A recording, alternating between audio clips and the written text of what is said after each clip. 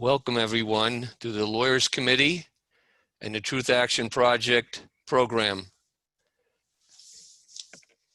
Today's program is called Recognizing and Pushing Back the Post 9/11 Police State. I'm going to introduce for a second Mike Santangelo. Mike has a master's degree and in mental health counseling, and he's been experiencing with working in social services for 15 years. He's a coordinator of New York chapter of the 9/11 Truth Action Project. And that's the project that technically is behind the scenes, allowing us to do this Zoom program. So Mike has he's going to lead us into a moment of silence. Mike, you have the floor. Thanks, David. So yeah, as we acknowledge the 19th anniversary of the terrible events of 9/11, I want to just take a brief moment and acknowledge all the people who have died. That includes those killed the day of 9/11. It includes people who have died from breathing in the dust at Ground Zero. It includes people killed in the Anthrax attacks. And it includes all those killed in the wars of 9/11, both Americans and non-Americans. So if you'll join me in a moment of silence now.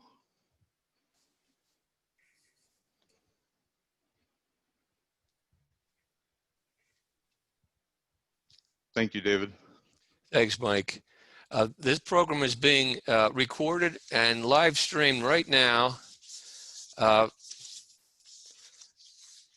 We have an important announcement to make, the Lawyers Committee, and we appreciate you being here.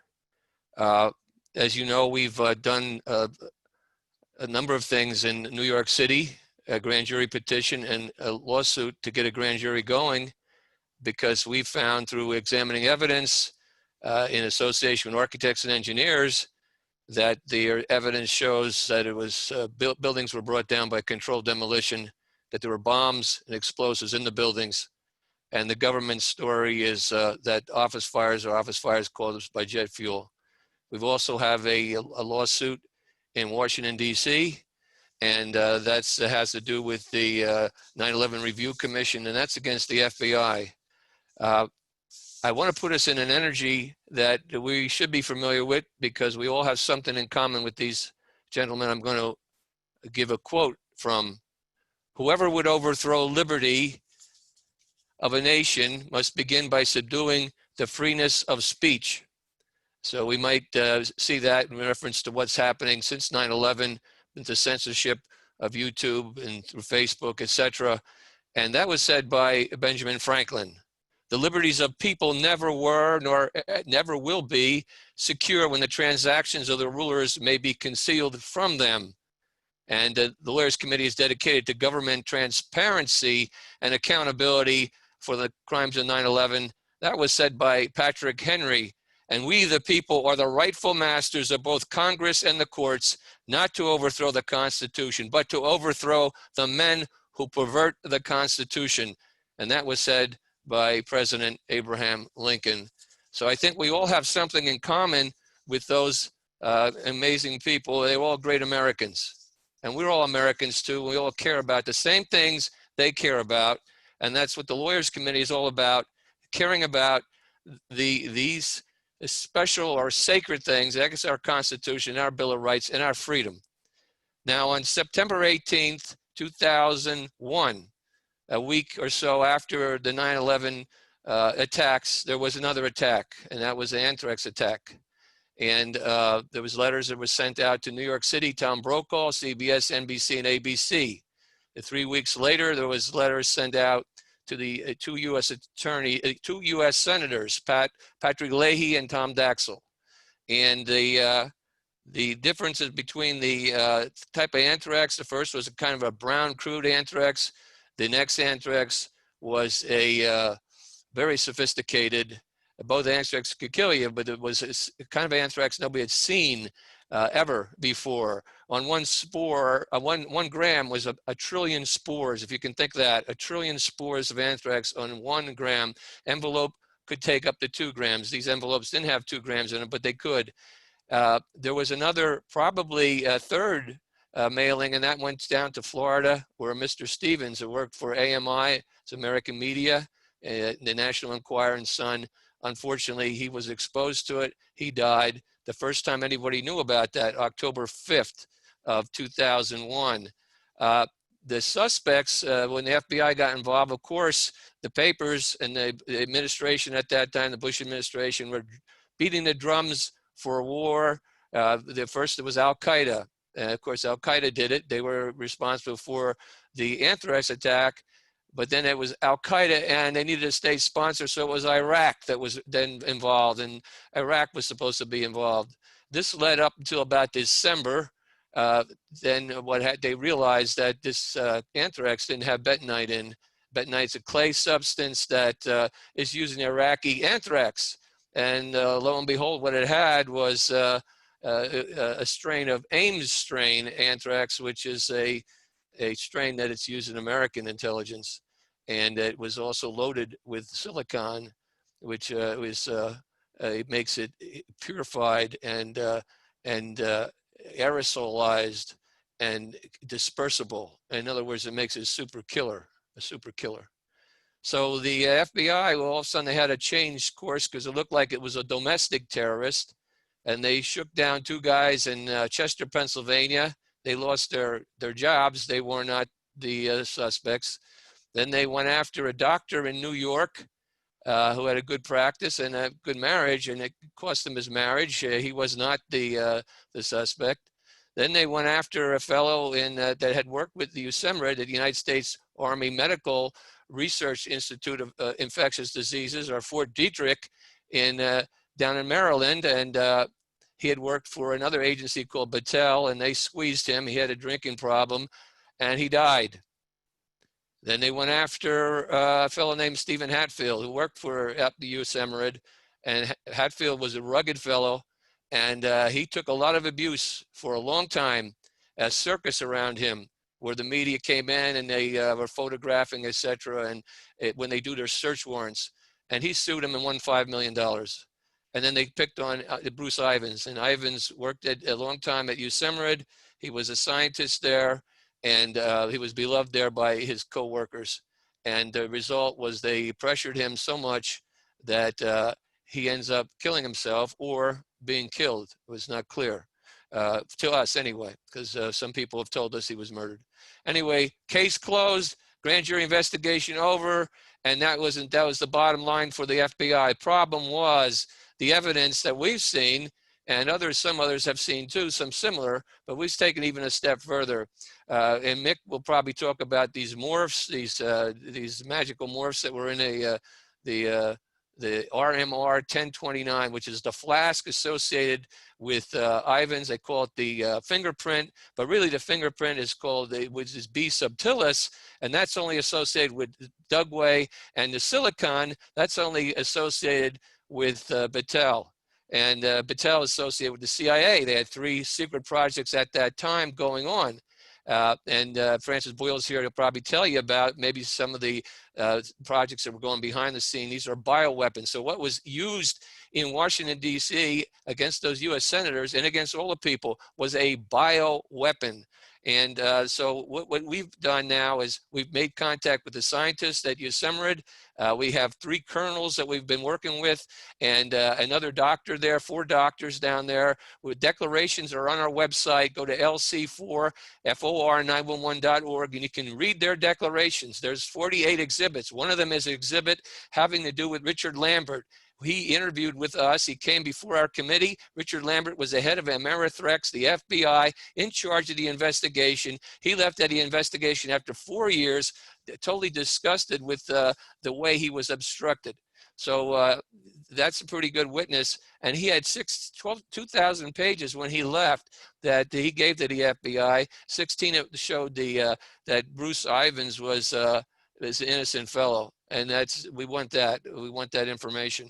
So again, because of time shortage and because we have such great speakers, I'm going to cut it out here now, but here's what we're doing. Here's what the Lawyers Committee is saying thus far based on the evidence. Bruce Ivins was innocent. History has it now that he's the anthrax killer. He's an innocent man. His life was ended, pressured, either was killed or he killed himself, unfortunately, and his life has been destroyed. The FBI was complicit. They obstructed, they corrupted. They did a very bad investigation. The most likely suspects, Doug Way and Patel, they didn't investigate, right? And or the CIA have been going up the ladder or beyond. And the last proposition here we are doing is that later this week, we would have done it already, but we're crossing our T's and dotting our I's. We're going to be filing a petition to Congress to get an investigation going. In 2001, or back then, Congressman Holt and Congressman Nadler tried to do that, and they would have been successful probably if the Obama administration would have went along with them. That was stopped. We want a National Commission 9/11 investigation and or a independent counsel. And in addition, we're going to file a grand jury petition in October. So we're filing a petition with Congress to get involved. We're going to file a grand jury petition with the U.S. Attorney in Washington to get involved. And we're going to ask the U.S. Attorney or the Congress or whoever we have to ask to get a special counsel in here because the government, unfortunately, doesn't seem to be able to investigate itself. So again, thanks for being here. I think I might overstep myself by a minute. I'm going to bring on Mick Harrison, our litigation director for the Lawyers Committee. Mick is an excellent attorney. He is totally involved with the Anthrax Committee. He's a key person. And Mick, take it away. Thank you. So the Lawyers Committee is about to file a petition to Congress on the anthrax attacks. As Dave mentioned, we're doing some quality review, expect to file it this week. After that, we're going to file a petition to a grand jury, federal grand jury, on the anthrax attacks. And we hope to get independent counsel appointed because of the FBI's conflict of interest in essentially in having to investigate itself and the DOJ. So I'm going to give you some of the ins and outs of our investigation of the anthrax attacks, and I'll try to make it as brief as I can. The short version is that the FBI became involved in 2000, I guess, September, October 2001, after the attacks through the mail using live anthrax, including to 2 United States senators. The reason my talk is called None Dare Call It Treason is because we now know that those attacks using live anthrax were a domestic source, not foreign, and they attempted to kill 2 United States senators. That meets the definition of treason, which is where the title of my talk comes from. In terms of why the Lawyers Committee got involved in looking at the anthrax attacks in the first place, most of you know by now, these attacks were initiated within a week of 9/11. So they were essentially a second wave, a follow-on set of attacks. And the evidence looks to us like the motive for those anthrax attacks was the same as the motive for the 9/11 attacks. And what we're talking about here is motivating the population to be so afraid that they were willing to support attacks on Iraq, even though they were not involved in the anthrax attacks or the 9/11 attacks, invasion of Afghanistan, and this ongoing war on terror, which we're still involved in. So we decided to look at the anthrax attacks because they were closely related to the 9/11 attacks. Now, what did we find? Well, it's one of those sort of black holes when you start to look, you know, the more you find. And the first thing we discovered, one of the first things, is that the FBI's own investigation director, Richard Lambert, who eventually left the investigation after 4 years, he was the director of the Anthrax investigation 2002 to 2006. He ended up blowing the whistle on the FBI investigation. And if you read his federal court complaint, you'll see that he lists several disturbing examples of how the FBI essentially obstructed its own investigation. So that caused the Lawyers Committee concern, and it caused me concern as a whistleblower lawyer of many years.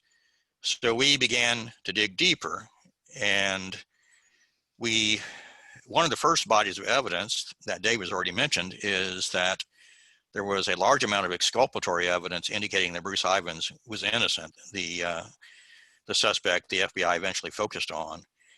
And so we started to unpack, where this evidence leads about how the FBI could have gone astray. And the short version of what we found is this. So if you read the FBI documents and the eventual National Research Council report, which came out in 2011 after the FBI closed its investigation, you will learn some pretty simple facts. That is that Dr. Ivins, who worked at the Army facility in Fort Detrick called U.S. AMRID, he did work on anthrax vaccines, highly respected scientist. He had a collection of anthrax that was called RMR 1029. It was basically one or two flasks holding about 1,000 milliliters of anthrax. But what the FBI didn't make clear to the public or the press or to Congress is that Dr. Ivins' anthrax came mostly from Dugway Proving Ground in Utah, the Army's proving ground. 85% of it, of the anthrax in that flask, was from Dugway.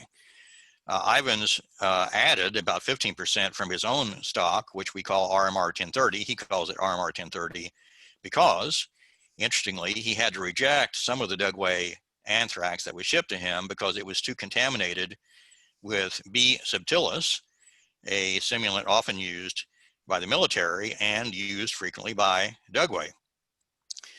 So 1029, which is what the FBI says was their primary evidence implicating Dr. Ivins, actually was a collection of anthrax mostly from Dugway. Now, the FBI's main evidence that they say was pointing to Dr. Ivins was state-of-the-art DNA analysis and of the anthrax attack samples and samples collected by the FBI from laboratories around the country. And what the FBI told the public and Congress was that their state-of-the-art DNA analysis created a fingerprint that could associate the attack anthrax with the source of the attack anthrax because of these special mutants, these special DNA variants, which we call morphs, that were found in the attack anthrax. And so the FBI purports to have systematically tested anthrax from all of the labs around the country. And they say that the only supply of anthrax they found containing the fingerprint morphs was Dr. Ivins' flask 1029. Now that turns out to be a completely unsupported conclusion, and I'm going to explain to you why. So what I just told you was Dr. Ivins' 1029 anthrax came from two sources, Ivins' 1030 supply and Dugway. Now, what the FBI didn't make a point of explaining to everyone was that RMR 1030, Dr. Ivins' private stock of anthrax, if you will, was tested. It did not have the fingerprint morphs that the FBI relied on to point to the source of the attack anthrax. Now, what does that mean? If the 1029 flask of Dr. Ivins had only two ingredients, one of which was Dr. Ivins' 1030, and it didn't have the fingerprint morphs, then the fingerprint morphs in 1029, which the FBI confirmed, had to come from Dugway. So the morphs came from Dugway. They didn't come from Dr. Ivins' production of anthrax.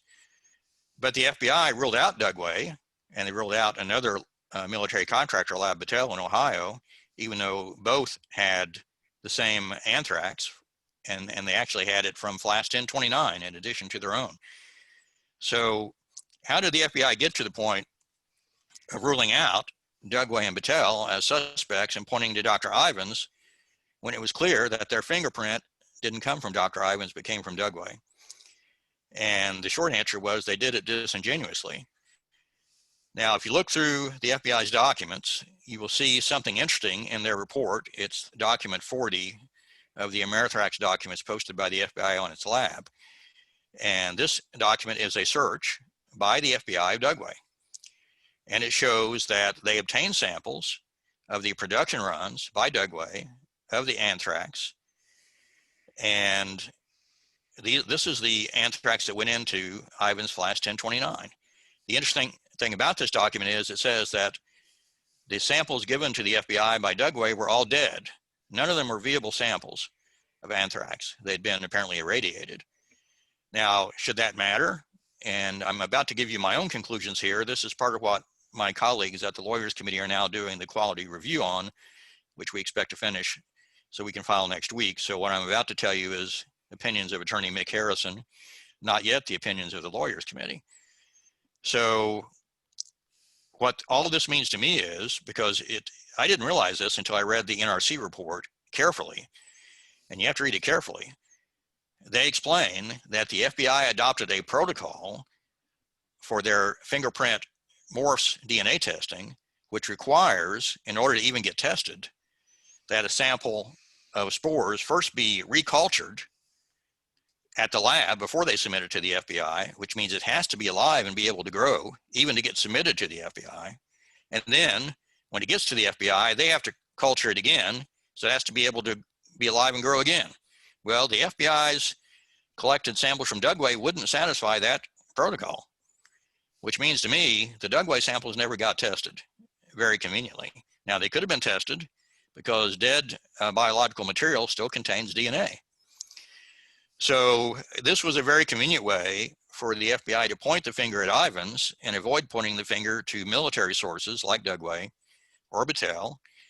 And it had no basis in science. The NRC criticized the FBI for adopting this protocol and basically said, you know, they could have and should have tested the samples that were not viable. They shouldn't have eliminated those samples simply because they were not viable, because they can be tested by the DNA methodology. So where does that leave us? It means there was no fingerprint pointing to Ivins. The list of suspects should have been broadened, not narrowed. It should have included 100 or more people at Dugway, a large number of people at Battelle. And there also, by the way, were probably at least 100 people at US Ambrid, the Fort Detrick facility where Ivins worked, who had access to Ivins' flask in addition to Ivins. The FBI wants you to believe that Dr. Ivins controlled that flask and no one could access it without his okay. That's false. Colonel Arthur Anderson told the Lawyers Committee that the flask of Dr. Ivins is often stored not in Dr. Ivins' lab where it would be secured, but in another building, 1412, in room, I think it was 115, which did not even have a lock on the door. So the idea that Dr. Ivins controlled this anthrax and that the fingerprint points to his anthrax and not anyone else is simply false. Now, once you realize that, then the question becomes, how do you proceed to narrow the field of suspects? And the short answer is what David started with, and that is there's a silicon coating for the second wave of the anthrax attacks inside the spores, which is a high-tech technology called microencapsulation. Friendly reminder, 2 minutes, Mick. Yep, I'm on it. And the microencapsulation is a technology that the evidence indicates that Battelle and maybe Dugway could do. Also, the anthrax was not only dry, but it was highly concentrated, 1 trillion spores per gram. Very few people could do that, but Dugway and Battelle could do that. In addition, you've got this problem of the Bacillus subtilis contamination. Dugway is notorious for having that contamination in their fermenter. They had to discard some of their production runs for Dr. Ivins' anthrax because it had too much of that contamination in it. So this investigation needs to be redone. It needs to be redone with integrity. And that's why we're asking Congress to take a look at this evidence and to have also an independent commission, and why we're going to be asking a grand jury to do it with an independent special counsel. Now, one other thing you should know, and I'll stop, and that is Colonel Anderson informed us that his colleagues, high-level scientists at the Army facility in Maryland, attempted to explain to the commander and get it relayed to the FBI and the Secretary of the Army a lot of these facts I'm telling you, because they knew most of this stuff. And the problem is, when Colonel Anderson attempted to do that, he was informed that there was a high-level visit from the Secretary of the Army, and there was a gag order imposed from either the Secretary or the Chief of Staff of the Army that in effect said, squelch any internal investigations at US Ambrid on the anthrax attacks and squelch any criticism of the FBI's investigation. So, to make a long story short, we're asking for your support in our petition to Congress, in our eventual petition to the grand jury.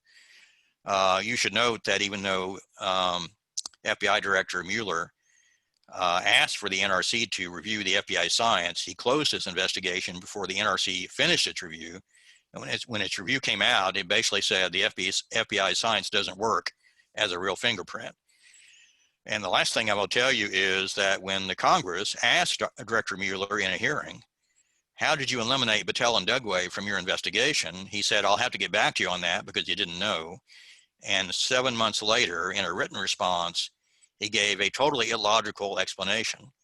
He said, even though these two labs received the 1029 anthrax from Ivans, which is true, that they couldn't have done the attacks and were eliminated from suspicion because even though they had the ability to produce dry anthrax, if they hadn't received the 1029 anthrax, they couldn't have made the attack anthrax. So he was basically saying they received it, but they couldn't have done it because they didn't receive it. And you'll have to, think about that for a while. So I'll leave you at that, David. Thank you for your attention. Thank you very much, Mick. Our next speaker is Dr. Graham McQueen. And Graham is a retired professor of religious studies at McMaster University, Ontario, where he taught from 1974 to 2003. He was also the founder and director of the Center for Peace Studies at McMaster and was active in several war zones. He has served as a co-editor of the Journal of 9/11 Studies, an organizer at the Toronto hearings on 9/11, and a member of the 9/11 Consensus panel. Graham will speak on attacking Congress with weapons of mass destruction, a decisive moment in the fraudulent war on terror. Thanks, Graham. Well, everybody, thank you for allowing me to be here. I'm honored to speak with all these wonderful people. I was also honored to serve on the Anthrax Investigation Subcommittee of the Lawyers' Committee on 9/11 Inquiry. I had in 2014 published a little book on the anthrax attacks, which is called The 2001 Anthrax Deception. And I guess that's why I was asked to join the subcommittee. But I've been happy, very happy to see that the committee is able to go beyond much of what I found. There are many documents uncovered and affidavits acquired and so on that I did not have. And so I'm delighted to be part of this important work. I follow that with a disclaimer. I'm speaking for myself here, not for the Lawyers' Committee. I've been at this work for decades, and I have been working away in my workshop, so to speak, on the global war on terror and its rotten foundations. And today, I want to take a step back, even though I'm interested in the details of the anthrax attacks. I want to take a step back in order to say something that will directly be relevant to our general theme today of pushing back this dangerously imminent police state. We know there are lots of pressures on elected legislatures, and it's something we all have to worry about, but there's one that's particularly crude, particularly gross, and that is the physical intimidation of legislatures, not just in the United States, but in various parts of the world. Indeed, I'm not from the United States, I'm a Canadian, and I'm going to start off the two cases from Canada, after which I will mention two cases from the US. I want to take these four cases because I want to argue there's a pattern here. It's a very dangerous pattern. We got to understand it. We got to recognize it. I believe that these legislatures in the world not only can't protect us, they cannot even protect themselves. And that's a theme. Okay, so I'll begin with the Canadian cases. We had two successive cases of intimidation of legislatures. In 2013, the first, 2014, the second. I want to read you a brief quotation relevant to this matter. This will start me off. At 2:30 p.m., to cries of "Police!" my assistant opens the office's main door. He comes face to face with soldiers aiming their machine guns at him and ordering him to put his hands in the air. One by one, our doors are opened and the soldiers point their guns at my assistants, who exit their offices, hands in the air, as if they were criminals. The door we go through is destroyed. Glass has exploded all over the floor. The door across the hallway has also been knocked in. Glass litters the hallway. I sit near the open window. I'm breathing, but stunned. Parliament is in the hands of the armed forces. So that's not a script from a movie. That's the words of Canadian Senator Céline Hervieux-Payette, referring to events of October 22nd, 2014 in Canada, the second and larger of these cases of intimidation of legislatures. Briefly then, the first one, 2014, involved two so-called homegrown terrorists who had self-converted to Islam and happened to be impoverished drug addicts. The RCMP, our federal police, found it useful to get hold of these people and turn them, via undercover officers, into serious terrorists. It was a long and difficult task because these poor people really were not the stuff of terrorism. But they did it, and they spent a lot of money on it, and the entire operation from beginning to end was an RCMP production.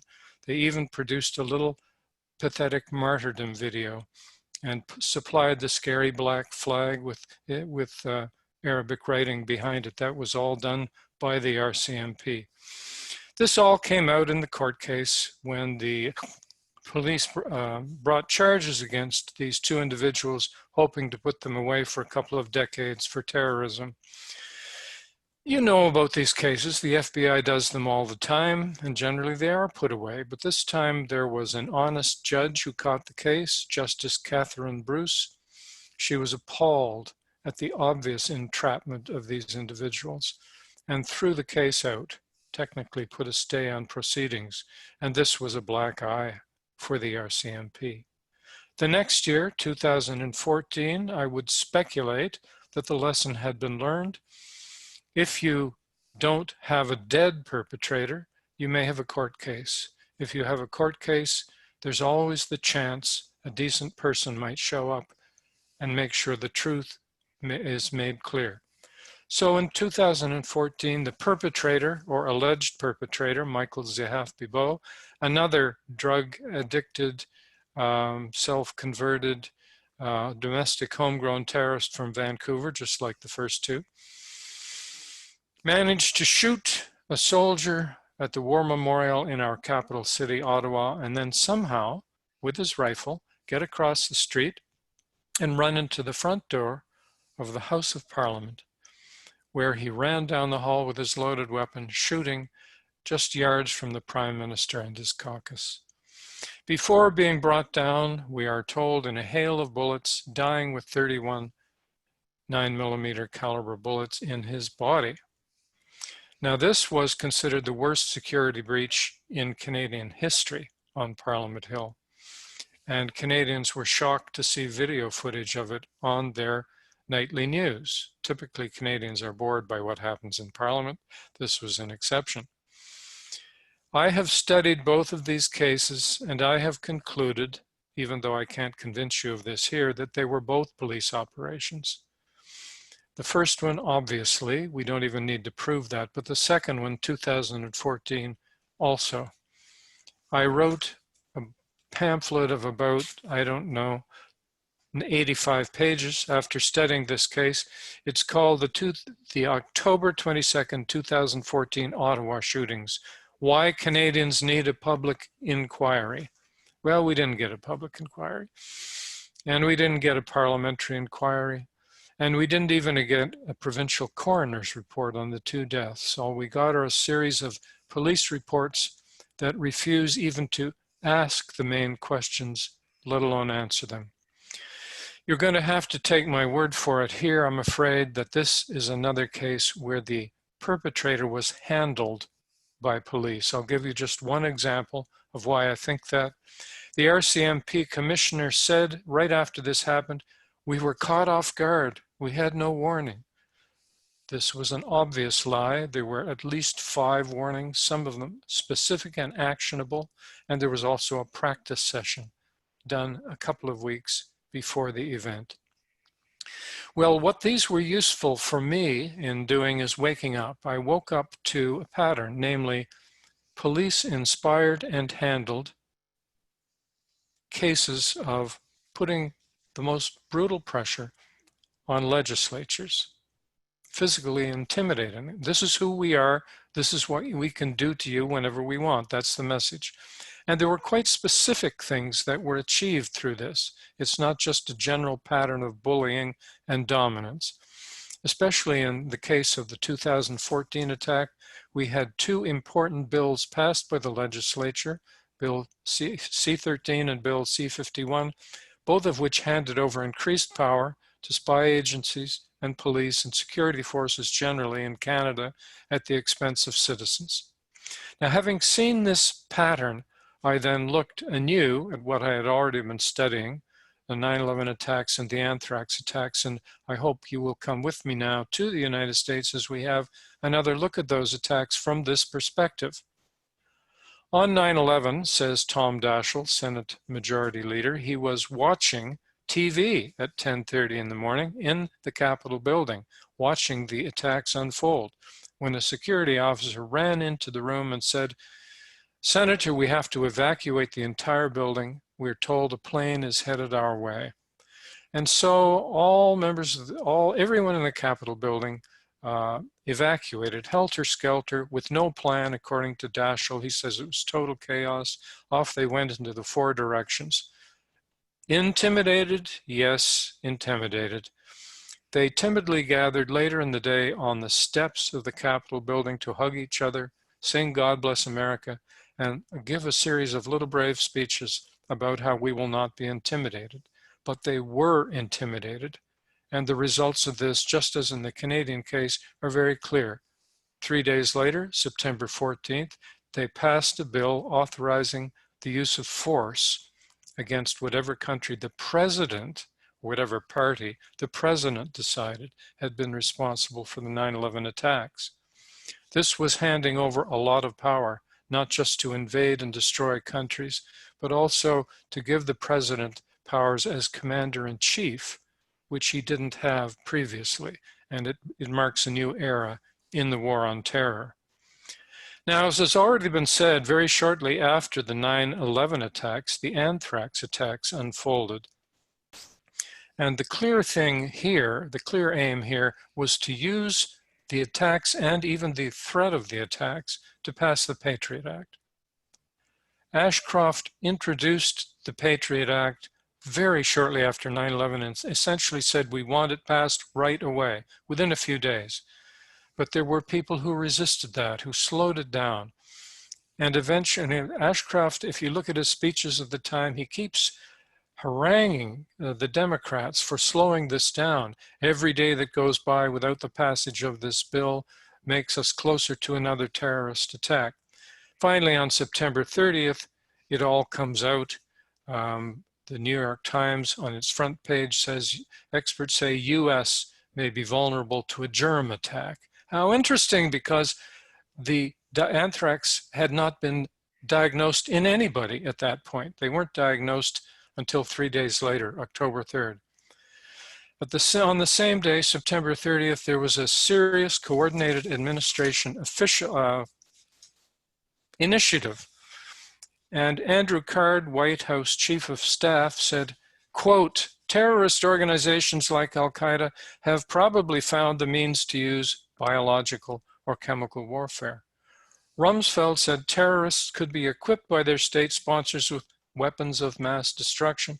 Tommy Thompson, Secretary of Health and Human Services, spoke of, and this is on CBS, this is a direct quote, a bioterrorism attack. Well, that's fascinating, since anthrax was supposedly not known to be on the scene by anyone. And one of the things all these gentlemen wanted to support was the passage of the Patriot Act by a specific date, namely October 5th. And here you have, this timeline is very important. Cheney announced the October 5th deadline, and it was publicly reported in the Washington Post. It was not a secret. There were two senators, and again, you can read the Washington Post, which covered this in real time. They said the October 5th deadline will be missed. And it will be missed because of the blockage of two Democratic senators, Tom Daschle and Patrick Leahy. Well, guess what? The deadline was missed on October 5th, and somewhere between October 6th and 9th, two letters were put in the mail to Tom Daschle and Patrick Leahy, containing extremely sophisticated and potentially lethal anthrax spores. Now, of course, it had the desired effect, which is to panic people, to hurry up the passage of the act. As Colbert King said in the Washington Post, anthrax caused the House of Representatives to flee town. It closed Senate office buildings, unprecedented actions.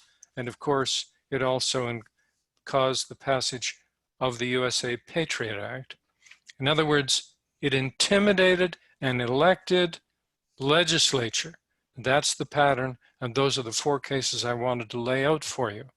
It seems to me this is extremely dangerous. It seems the danger continues. Every legislature in the world at the moment is weakened through this pandemic. We don't know if they'll get their power after the pandemic is over. I conclude there by affirming this pattern, this anti-democratic pattern, which is part of what I fear may be a coming police state. And I want to say finally in conclusion, people often say, well, what can we do? In this case, there's something quite specific. I hope you will support the Lawyers Committee. If you haven't already read their petition for a grand jury on 9/11, please do so. And the 2 petitions they're now producing, one to Congress and one for a new grand jury on anthrax, could be crucial in opening the door to what's really going on in this war on terror. Thank you. Thank you, Graham. Thank you very much. Our next speaker is William Binney. William Binney is a former intelligence official with the United States National Security Agency, the NSA, and a whistleblower. He retired on October 31st, 2001, after more than 30 years with the agency.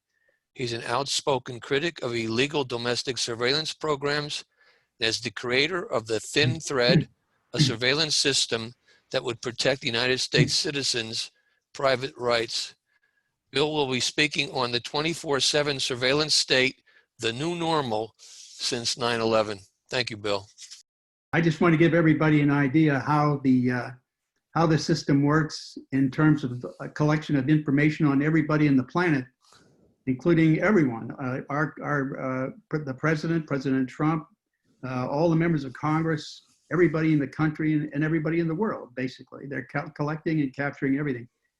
Here are the basic principles of how they do it. They've got 3 access approaches.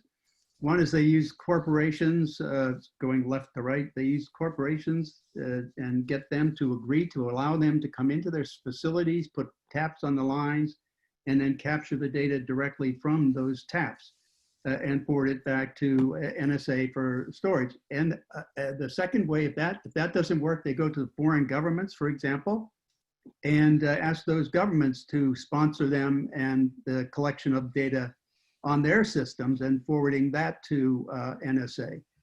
In that vein, the Danes recently caught their intelligence people forwarding data on their citizens into NSA for storage, and those people have been removed from their positions. The Germans have also found that out. It's just one of the ways of getting data. And if the foreign governments do not agree, they just unilaterally tap the lines. They'll dig a tunnel, do it underwater, whatever it takes to do it. They'll capture that line, tap it, and take the data off of it. Next slide, please. This is the one in terms of that's been, these slides, by the way, came from Edward Snowden's disclosures. The Fairview program is AT&T, and these are the tap points for the AT&T fiber optic network inside the United States. Now, if they claim this is after foreign agents and so on. Well, if they were after foreign agents, the only place they'd need to be to get them all would be along the coast where the transoceanic cables surface, because that's where all the access points, all the data coming from foreign countries comes in or goes out to them or transits the US from Europe, say across the US to Asia. All those tap points contain all that data. So all the foreigners are there, but all these rest of the tap points distribute across the country with the distribution of the population.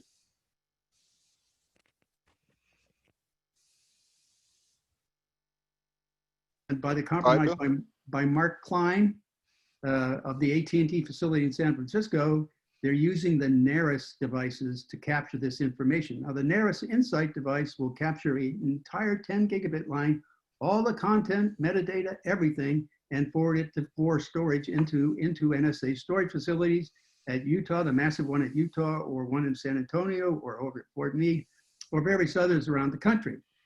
So this is the main target here for this system is the population of the United States. But it doesn't stop there. Next slide, please. It goes around the world, and this map shows the the tap points in the world. Also, it talks about the C&E commuter network exploitation, and it shows there's over 50,000 in the legend. The bottom shows there's over 50,000 implants in the network worldwide. Well, that means they got implanted software and or hardware in these different switches and servers around the world. And so they fundamentally own those switches and servers. They can route any kind of data they want to anywhere, from anywhere in the world to them to centrally store and capture. But it's not that's not the worst of it. Next slide, please. They have another program called Treasure Map, which when it accumulates this information, which includes GPS, by the way, of every device in the world, that allows them to map the entire internet, any device, anywhere, all the time. So that means they know where every device in the world is. So if you're carrying your cell phone around, walking around, they know exactly where you are. And they can do it in mass. So the billions of people using cell phones, they'll do them all. It doesn't matter. Numbers don't really matter for software. That's what people don't, they think this is an overpowering problem for software, and it's not a problem at all. It's just a matter of space and power. That's all it takes. But this then gives you the idea they are knowing where you are, and they've captured everything you've said, what you're doing. Now they're moving on to the visual side, which is going to capture you moving around. But the next slide will show you, and I'm going to go into how they store the stuff and then how they analyze it and what they do with it. This slide shows the internal programs inside NSA. Inside that dotted line is NSA. Then you have CIA and FBI going through their facility at the FBI facility at Quantico, Virginia, to go into the databases. But you don't see at NSA, this is all the collection from all those sources. You don't see any oversight of this. There's no oversight whatsoever of this. And it means that there are other people also now, and I'll show you some more people who have access to this data. The internal programs inside NSA show the indexing of you making social networks and indexing it to the pinwheel kind of digital network intelligence, and then Nucleon, which is the voice type stuff, communication by voice, so you can get the the mapping of the social network then is indexed to that data. So when they want to look at you, all they have to do is go to that map and they can pull out that data for any period of time retroactively for everything that's stored back to 2001. So this is on everybody, children, men and women, representatives, everybody. Next slide, please. Now this shows you other people who have access to this data, and it's not limited to this. This is the IC Reach program, a way of interrogating the NSA databases. You see the FBI, DEA, CIA, and DIA, but also the Five Eyes. Now there's another program called X-Keyscore, which allows other parties who are also participating in collecting and forwarding data to NSA for mass storage. And that program is called X-Keyscore. And so they use that to interrogate it, and probably has boundaries on how far they can go into the database and interrogate stuff. So, but this is the one that shows you that our Five Eyes partners are in, and also the FBI and DEA. And then, can I go to the next slide, please? This is how they map out, this is their vision of digital network intelligence discovery options, DNI discovery options. They felt that with specific attributes of targets, known targets, that's at the very top of this pyramid, their traffic thief detects those and pulls them out for the analysts to look at. But everything gets dumped into that pinwheel database, and it's from full take feeds down at the bottom, you see. They're talking about interrogating that base from these full take feeds. That means everything that's collected by the fiber optic taps in the Fairview Stormbrew program is Verizon. Blarney is about 28 other companies, and there's other foreign companies and second party companies, Five Eyes, inputting to this database. They're all, NSA has become the central storage for a lot of the countries in the world. And they're using this as a way of monitoring their populations, because everybody's in there. All they have to do is use your attributes to go in and see what you're doing. They can map it out in a timeline. But it gets even worse than that. Could we have the next slide? Now they have set up internally in the Drug Enforcement Administration. Reuters reported this back in, I think, August of 2013, shortly after the Snowden material came out. And it talked about the Special Operations Division. This is a division of the Drug Enforcement Administration that's job is to look into NSA data to find crimes. This includes people like the IRS and representatives from all the major agencies, CIA, NSA, FBI, and state and others, you know, and they're looking for all kinds of crime. And they're looking through all this data that's been acquired without a warrant. None of this is based on a warrant, okay? And it says in there, once you get this data, you can't tell. You can't put it in any reports or files, affidavits. You can't tell the attorneys if you take people to court and arrest them and take them to court. You can't tell the court. You can't even tell the judge. You can't tell any state or local officials or any of the task force involved in the arrest. All you do is tell them to go here and arrest this guy. That's from the content that they're analyzing, right? And they also use it to go to foreign counterparts, like I'm sure it's going to Scotland Yard, all the major FBI, DEA relationships around the world. Should I have the next slide, please? Now, after they do this, arresting people, they can't take that data into court because it wasn't required with a warrant.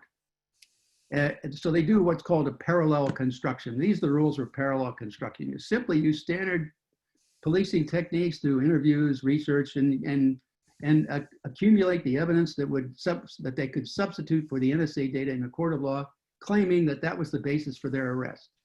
So in other words, they're claiming a falsehood is the basis for their arresting people. And they're denying those people the right to challenge the discovery of information that was used to arrest them, because this is a farce. This is a lie. This is perjury in court of law. This is fabrication of evidence. And it goes through and it says, do this and make sure the MLAT offices, the attaches, their request, they do the same thing. So that everybody's hiding this major data acquisition process that is really the power behind all the criminal activity, or most of the criminal activity of our government and governments around the world. Now, this is how we as a country have subverted our republic and have metastasized this process around all the democracies of the world. We're destroying democracy everywhere. And when in fact, there was a simple way to do things. Next slide, please. Well, we had devised and we're putting together in the Thin Thread program internally in NSA in the 1990s, that we were putting a program together that would filter out information from the web based on some simple principles, like association in a social network, like phone calls, emails, financial transactions, whatever kind of transactions were occurring. Once you had a relationship, you could build these social networks, right? And so if you had in the red area, it simply says, these are the bad guys, okay? So we know these bad guys. So when you're pulling data out of the massive amounts of data flowing by, you only look within the social network 2 degrees. With the understanding of the second degree, that second degree hop cannot be through a government agency or a business. Like, for example, because if you do that, what happens is you pull in innocent, unrelated people to all kinds of activities. For example, if one of these red dots was communicating with the lower yellow dot there, and that's Google, well, then Google goes out to 1.5 billion people every day.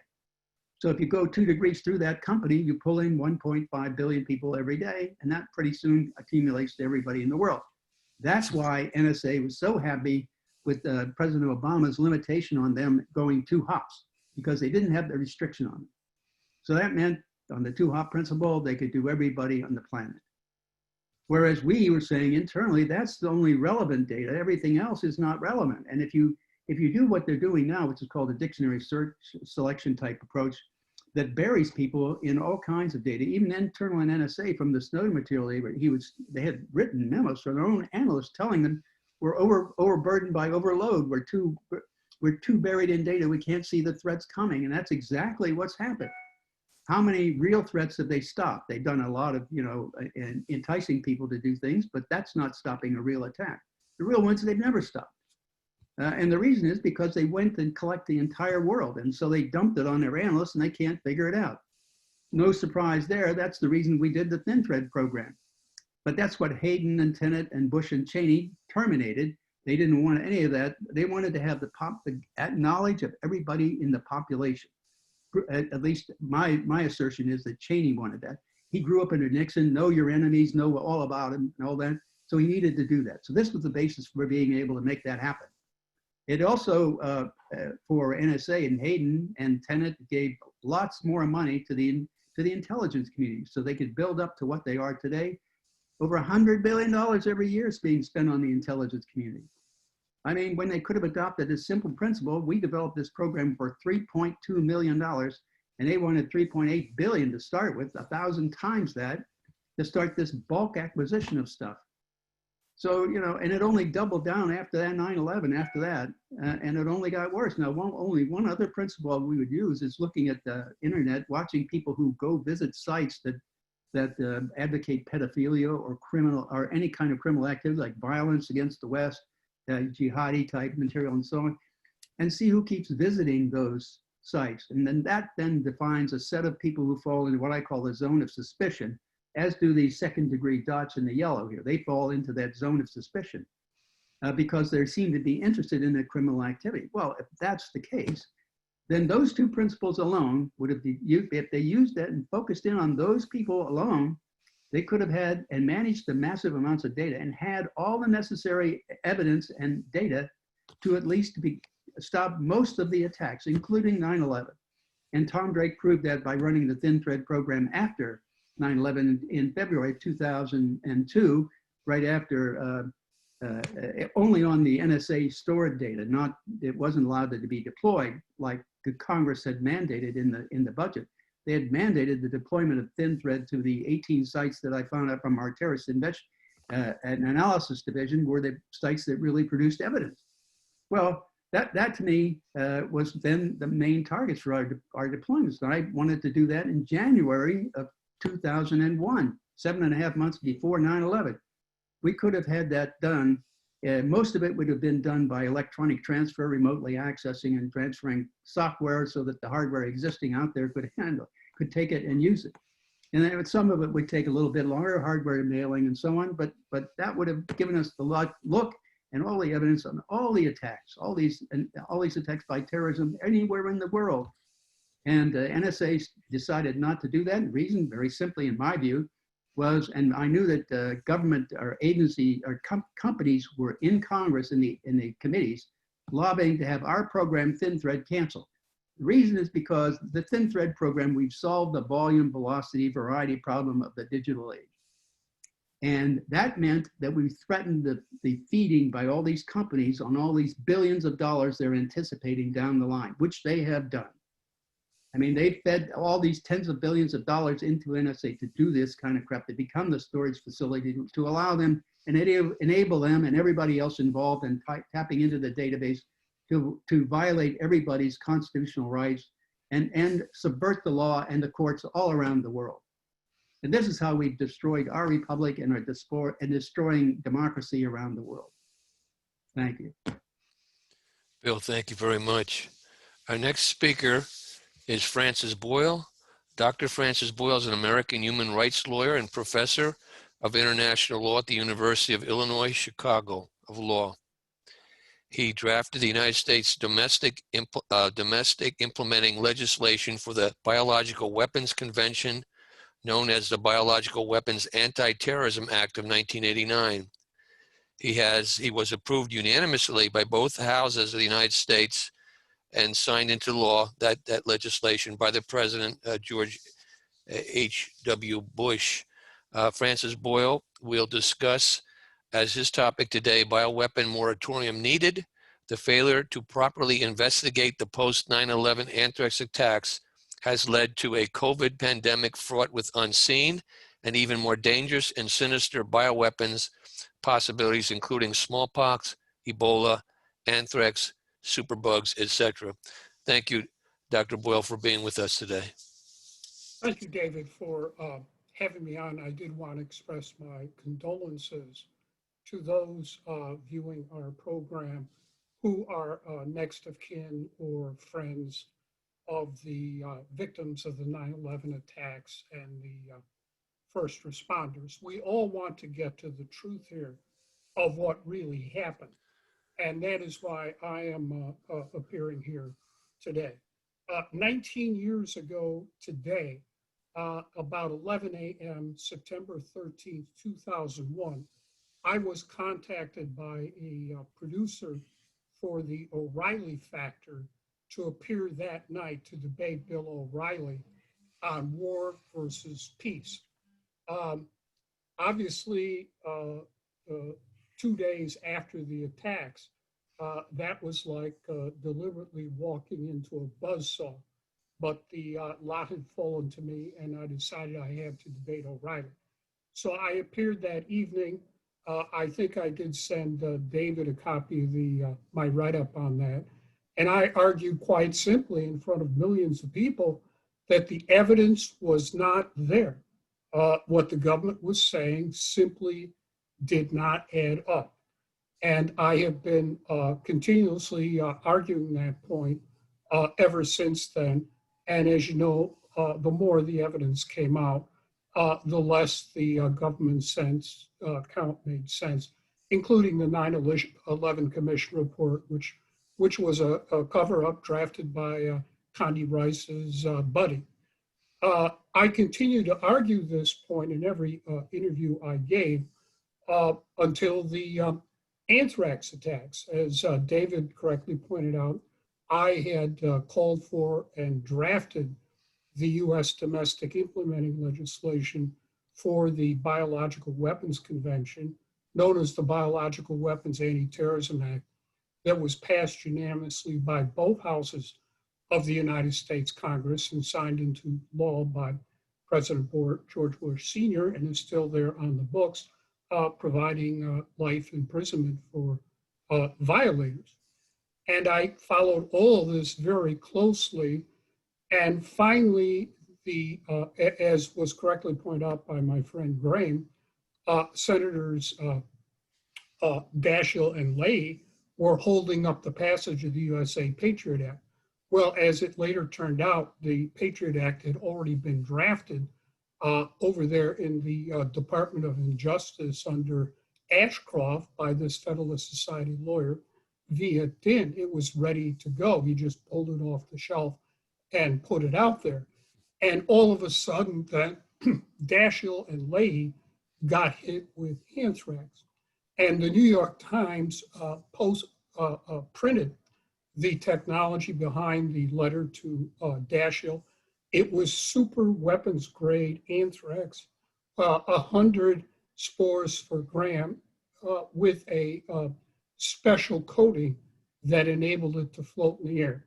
So I immediately realized that this could only have come out of a United States biological weapons program and laboratory, and probably wearing a moon suit with your own portable oxygen supply because it was just too dangerous.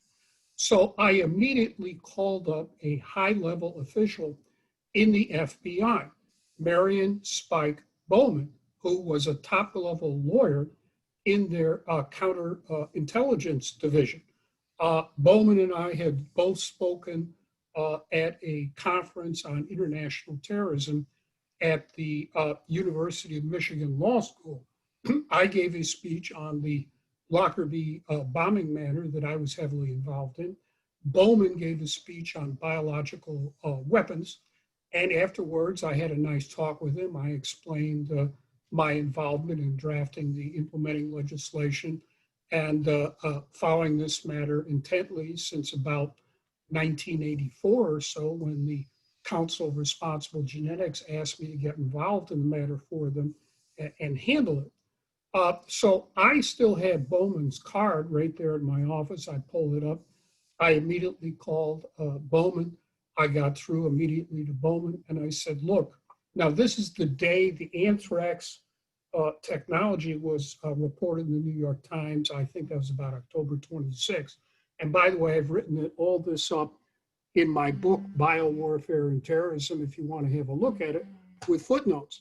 And I told Bowman, high-level lawyer in the FBI headquarters, I said, look, this is super weapons grade anthrax. It could only have been manufactured in a US biological weapons program and laboratory. And there's a complete list of these things in the Pentagon's Biological Defense Research Program.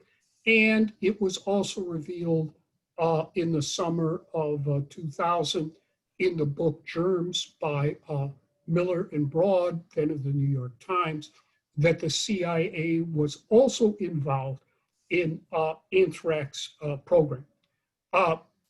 Bowman then told me, okay, he was going to forward my information on to the people handling the anthrax investigation. I said, fine, I hung up the phone. It then occurred to me that I had a complete list in the public record of all US government biological warfare programs, including anthrax, which I got back in those days. You could actually get these things. It was listed right there in the Biological Defense Research Program by the Pentagon in an appendix. The Council for Responsible Genetics asked me to do a critique for this to respond to the US government. You can read that critique in my book. So I immediately called back Bowman and I said, look, I told you this could only have come out of a US biological warfare weapons program by the Pentagon. I have the complete list here for anthrax. And I went through the entire list right out of the Pentagon's own BDRP, which, by the way, that cover-up was written here at the University of Illinois, our computer engineering research lab by the Department of Defense. So I said, you need, that's your list. It's a very short little list. And we also know that the CIA is doing this. Obviously, you're going to have to go over there to the CIA with warrants and subpoenas and root out exactly what they were doing over there. But these are the people, I'm sure, who were behind certainly the Daschle and Leahy technology and probably behind the anthrax attacks themselves. So Bowman then said to me, well, we're working with Fort Detrick on this. And I said, well, with all due respect, Fort Detrick could be the problem here. You could have someone on the reservation who is now off the reservation.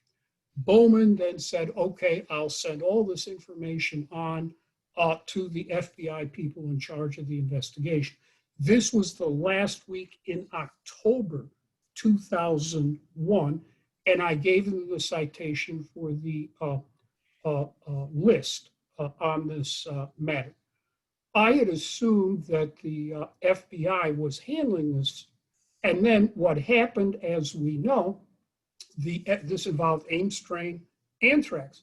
The FBI did send people out to the US government lab at Ames, Iowa, where they had the collection of all the Ames anthrax. And the FBI told these people to destroy all of it. That was also reported in the New York Times. So at that point, I knew full well the FBI was involved in a cover-up here for either the Department of Defense or the CIA or both. This destruction of the Ames collection was obviously obstruction of justice, and it was a felony. And you could not believe anything at all. From that point in time, the FBI was saying their total investigation was a joke and a fraud and obstruction of justice and a felony, and I won't go through it all here. Now, it also turns out that Marion Spike Bowman killed the requested FISA warrant into the Moussaoui computer up there asked for by the FBI field office in Minnesota. They requested a FISA warrant to get into Moussaoi's computer. And according to the David Ray Griffith book, it was Spike Bowman who personally killed that Moussaoui FISA warrant. The alleged grounds was that, well, it never would have passed a FISA requirement. Well, that's total baloney. As we know, the FISA court is a kangaroo court with a rubber stamp. They don't deny any warrants, certainly not with the evidence being presented up there in the FBI field office. They could have gotten that FISA warrant in August and access to Moussaoi's computer. Maybe the whole thing would have been exposed and stopped, and we never would have had 9/11.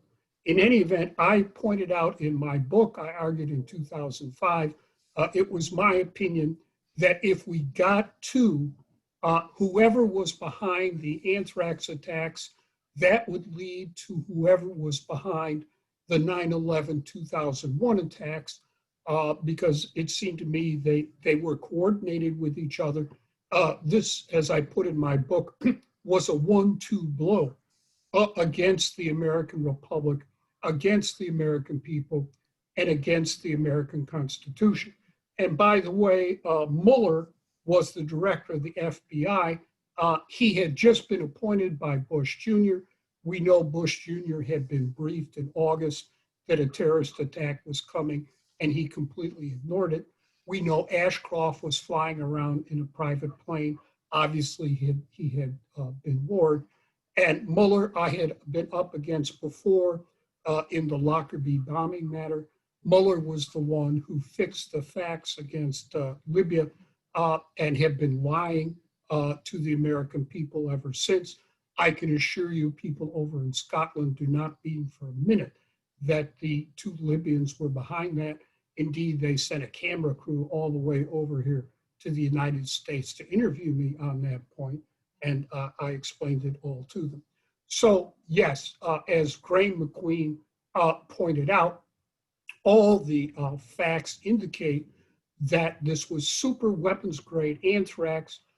It came out of a US biological warfare program, either and or both run by the Department of Defense and or the CIA. Indeed, later on, even the New York Times reported, I believe it was in December of 2001, that the CIA was involved in developing super weapons grade anthrax. And as Graham and others of I have concluded involved in this matter, Battelle was involved and working on the anthrax. So, and the danger here is that anthrax lives for decades. So there is still a stockpile of super weapons grade anthrax out there that can be used again against the American people, against the American Congress, against the Constitution. My guess is that stockpile of super weapons grade anthrax is still at Dugway today. Now, this then moves into the current COVID-19 pandemic. Right after I spoke with Bowman in the last week in October, telling him the anthrax came out of a US biological warfare weapons program, I then went out to Harvard University, to the Harvard Divinity School, where I was chairing a workshop for the Council for Responsible Genetics against biological weapons. And on my way into the Harvard Divinity School, there was a camera crew from Fox News in Boston asking me my opinion about the anthrax attacks. I said, it's obvious this came out of a US biological warfare program. They would be the only people with the capability to produce super weapons grade anthrax. Inside, I said the same thing at the Council for Responsible Genetics workshop. And my colleague on there, Professor John King, who heads the founder of the Council for Responsible Genetics, and heads the professor of biology there at MIT, heads their electron microscope problem, said the exact same thing. I then came back here to my office and starting the first week in November, gave an interview to Pacifica Radio Network that went out nationwide saying this exact same thing. Then the BBC called me and I said the exact same thing on the BBC. Then an order was given never to interview me again by anyone on biological warfare or biological weapons in the mainstream news media. And that order has held up until today with respect to the COVID-19 pandemic. On January 24, 2020, I issued a worldwide alert to well over 500 news media sources and all over the internet that the Wuhan coronavirus was an offensive biological warfare weapon based on DNA, genetic engineering, and with gain of function properties that had leaked out of that Wuhan BSL-4, which was China's Fort Detrick. And I felt it was existentially dangerous, and every BSL-3 and BSL-4 in this country, and indeed in the world, should be shut down.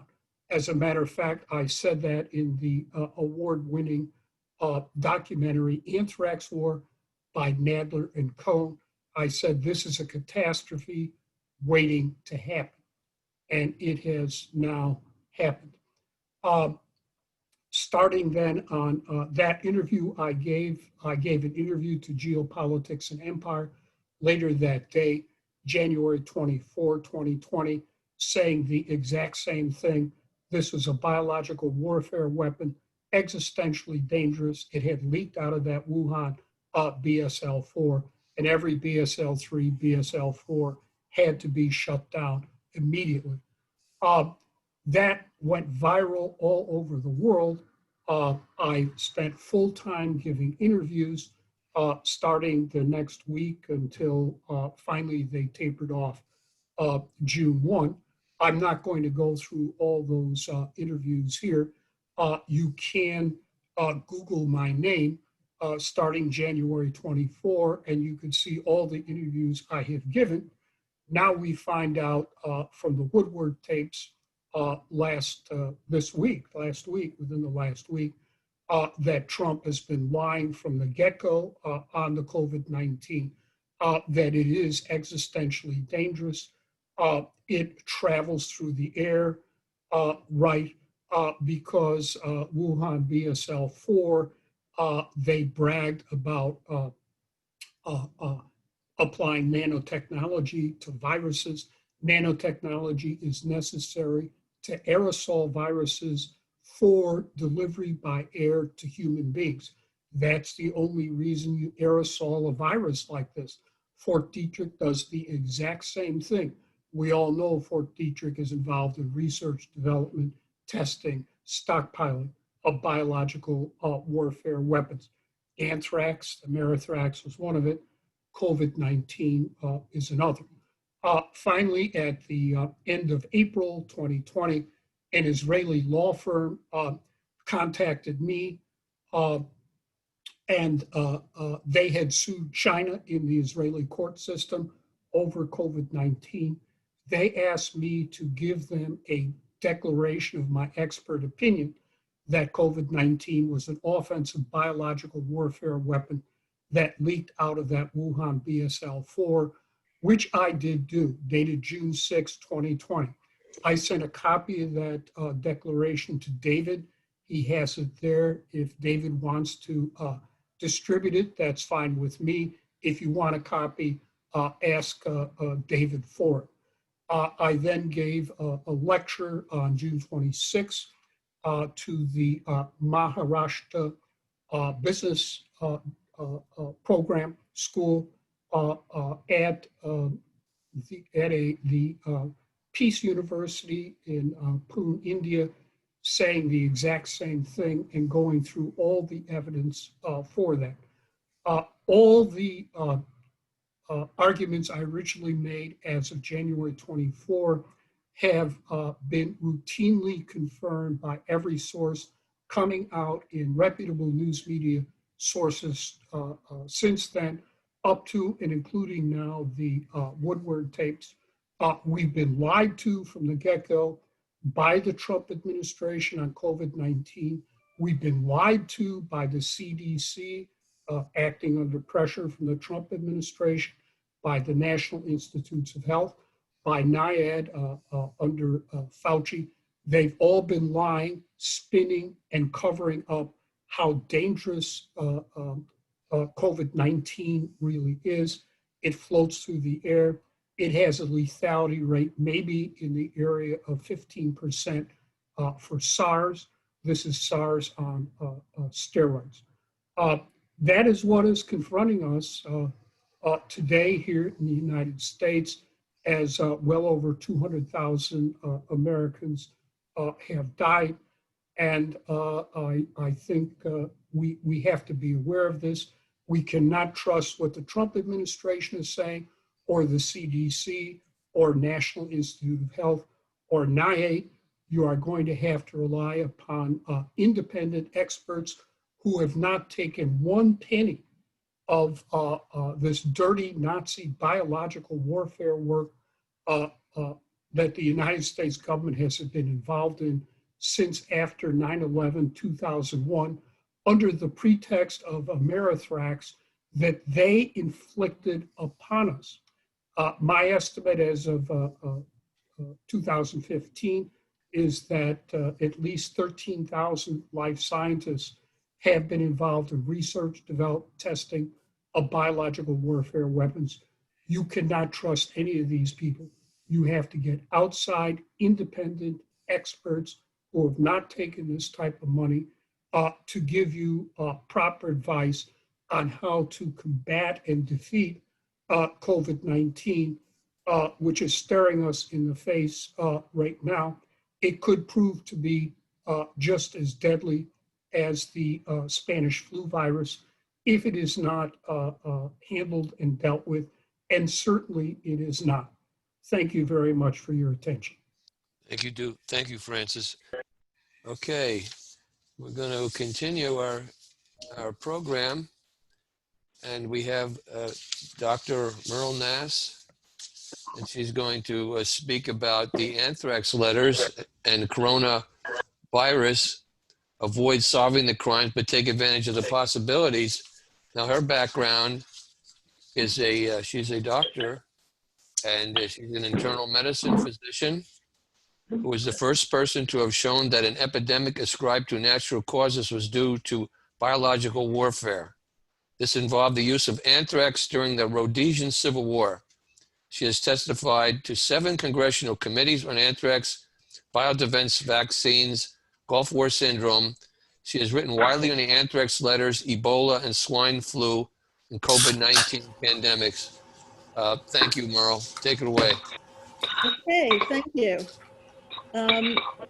So, crisis or opportunity, the anthrax letters and the SARS-CoV-2 pandemic. There were a lot of similarities between these two events. Sure. Each was preceded with a scripted simulation. Each was supposed to have originated in countries that the US had already targeted. Industry made a huge amount of money on both of them. And a real investigation as to the provenance of either the anthrax letters and the SARS-2 virus has been prevented using a variety of techniques, including calls to authority, fake investigations, and shaming of conspiracy theorists.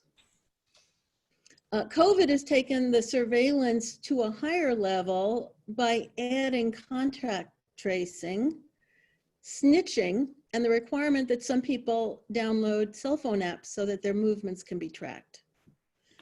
COVID has also taken narrative control of the media to a new level.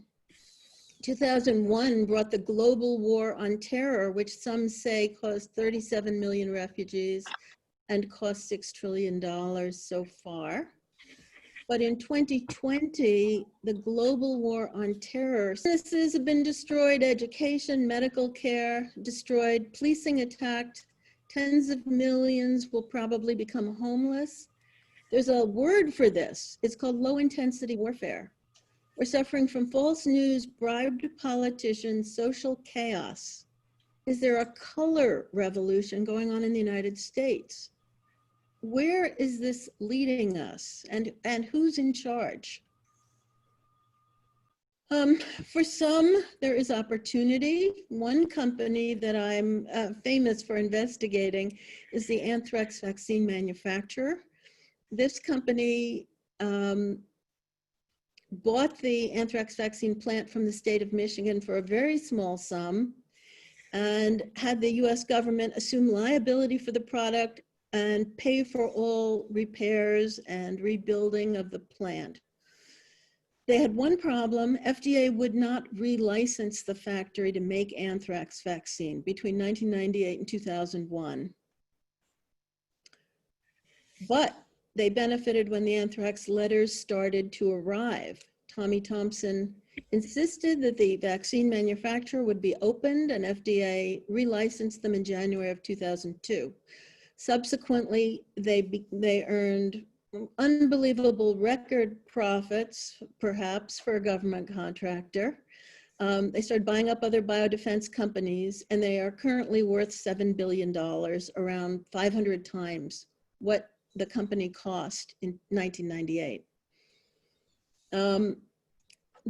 One of their latest products was Narcan nasal spray, the opioid antidote, and since they bought that company, sales are up 600%.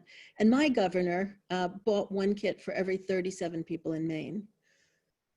But what the people watching need to know is that this company, Emergent Biosolutions, or EBS, has been chosen to manufacture 3 of the 8 COVID vaccines that have been selected for advanced development by the US government. Those are the AstraZeneca vaccine, the Johnson & Johnson vaccine, and the Novavax COVID vaccine. So you have to be aware they have had several products that have had terrible reputations, and we have no idea. They've never brought a product to market themselves. We have no idea how their manufacturing will be of these vaccines. To change the subject, terrorizing and controlling us with false information. We have been instilled with terror about the virus, partly by the spread of contradictory, completely confusing, and implausible media messages, which has left many in the country helpless. They can't make sense of the news that they're getting. Where I live, most of the cases that are being counted aren't even sick. They're asymptomatic and they're not spreading the disease. I want to make clear that immunity does occur after infection through T cells, whether or not you can measure antibodies. This has long been known for viruses, and that repeat infections are extraordinarily rare. Surreal, extraordinary, amazing, illegal methods have been used to suppress information about effective drugs that will treat this virus. Those drugs include hydroxychloroquine, which is the one we know most about, but there are others. Governors, pharmacy boards, health departments, and others have made the use of hydroxychloroquine illegal in many countries, in certain states, under certain conditions. And the FDA, CDC, and NIH have all instructed doctors not to use it. With this effective treatment, hydroxychloroquine, the pandemic would actually end quickly. It is highly effective early. It's partially effective late. It is pretty good, not perfect, as a prophylactic with 2 pills a week, which is being used in some areas of the world. There's a website, c19study.com, that is a tremendous resource. It's updated daily, and you can read all about this with all the papers that have been published. Low vitamin D and zinc levels in the blood are both associated with more severe illness. So you may want to either take supplements or have your levels checked. Okay. And I'm just going to mention a few of the steps that have been used to suppress the use of hydroxychloroquine. First is that at least 4 huge multi-center clinical trials decided to overdose patients, giving them 4 times the normal amount. This is a potentially lethal dose, especially in smaller people. And excessive deaths in the trials made the drug appear ineffective. NIH's guidelines were written by a large number of people. About half the guideline committee had financial ties to the manufacturer of hydroxychloroquine's, yes? Hydroxychloroquine's competitor. Next slide. Fauci's NIAID canceled their 2 trials of outpatient treatment with the drug before they were completed, claiming they didn't have enough subjects, but probably to prevent the positive effects. Excuse me, Meryl. Yes. Yeah, I didn't start. I'm on. I didn't start even to the first slide, unfortunately. So the first slide. I'm on 8. Oh, okay. Let me make sure I get the count right. Okay. Can we put this slideshow on for people who come to look at this afterwards? Sure we can. Okay. All right. Trials that were funded were restricted to hospitalized patients, and at one time the FDA said only hospitalized patients should get the drug. Now they say only patients in clinical trials should get the drug. This is too late to be very effective, and as we've seen, clinical trials can be controlled. There's been a sustained drumbeat by experts and the media that the drug doesn't work.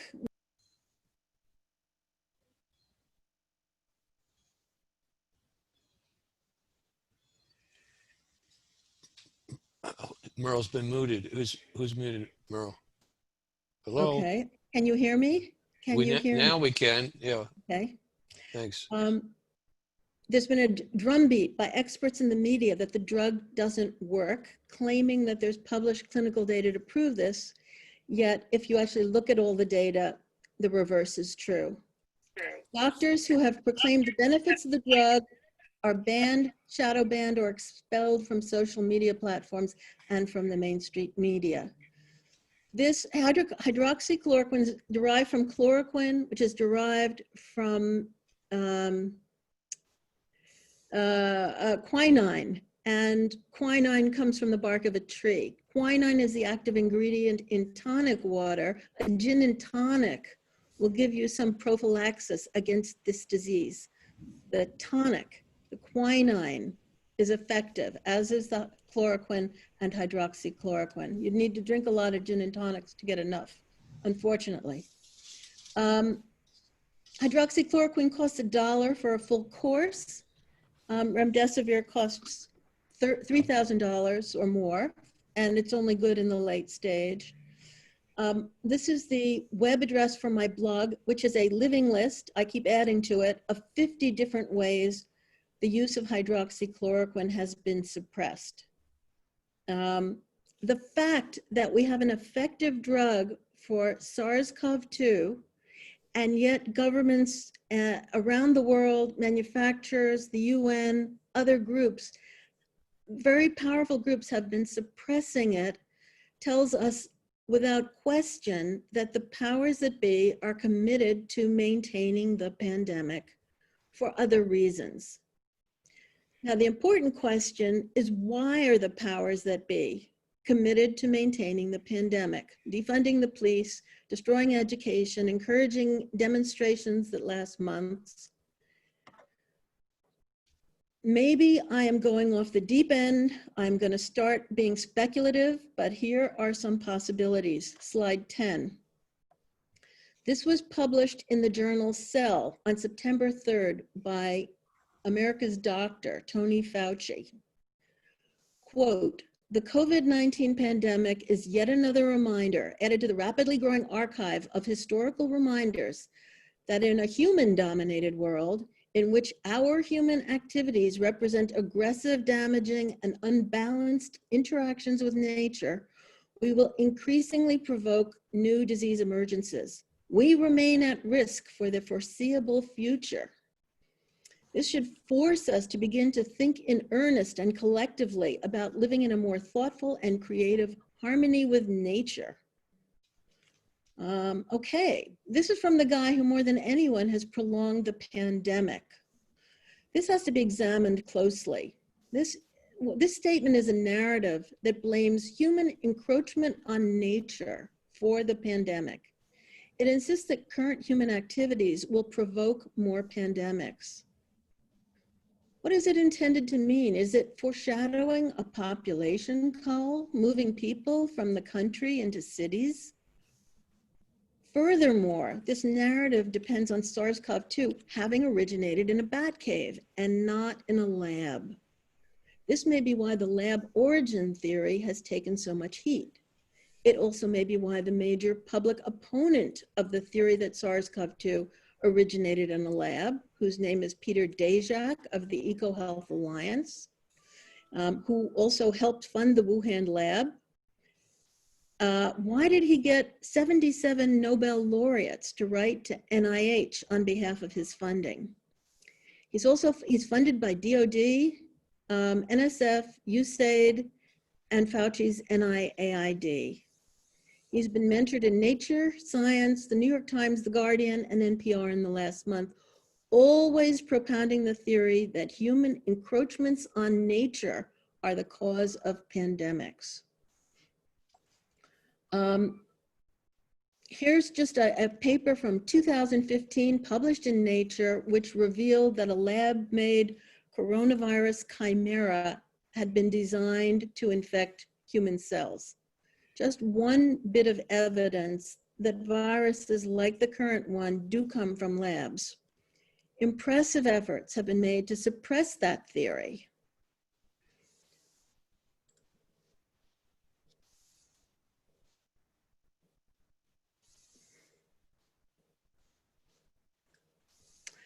So I'm just going to give you a sampling of what the media is running now to try to push this narrative that humans are to blame for this pandemic and future pandemics. 2 minutes This left, one- Meryl. Two Okay, minutes. Thank you. this one, Which slide?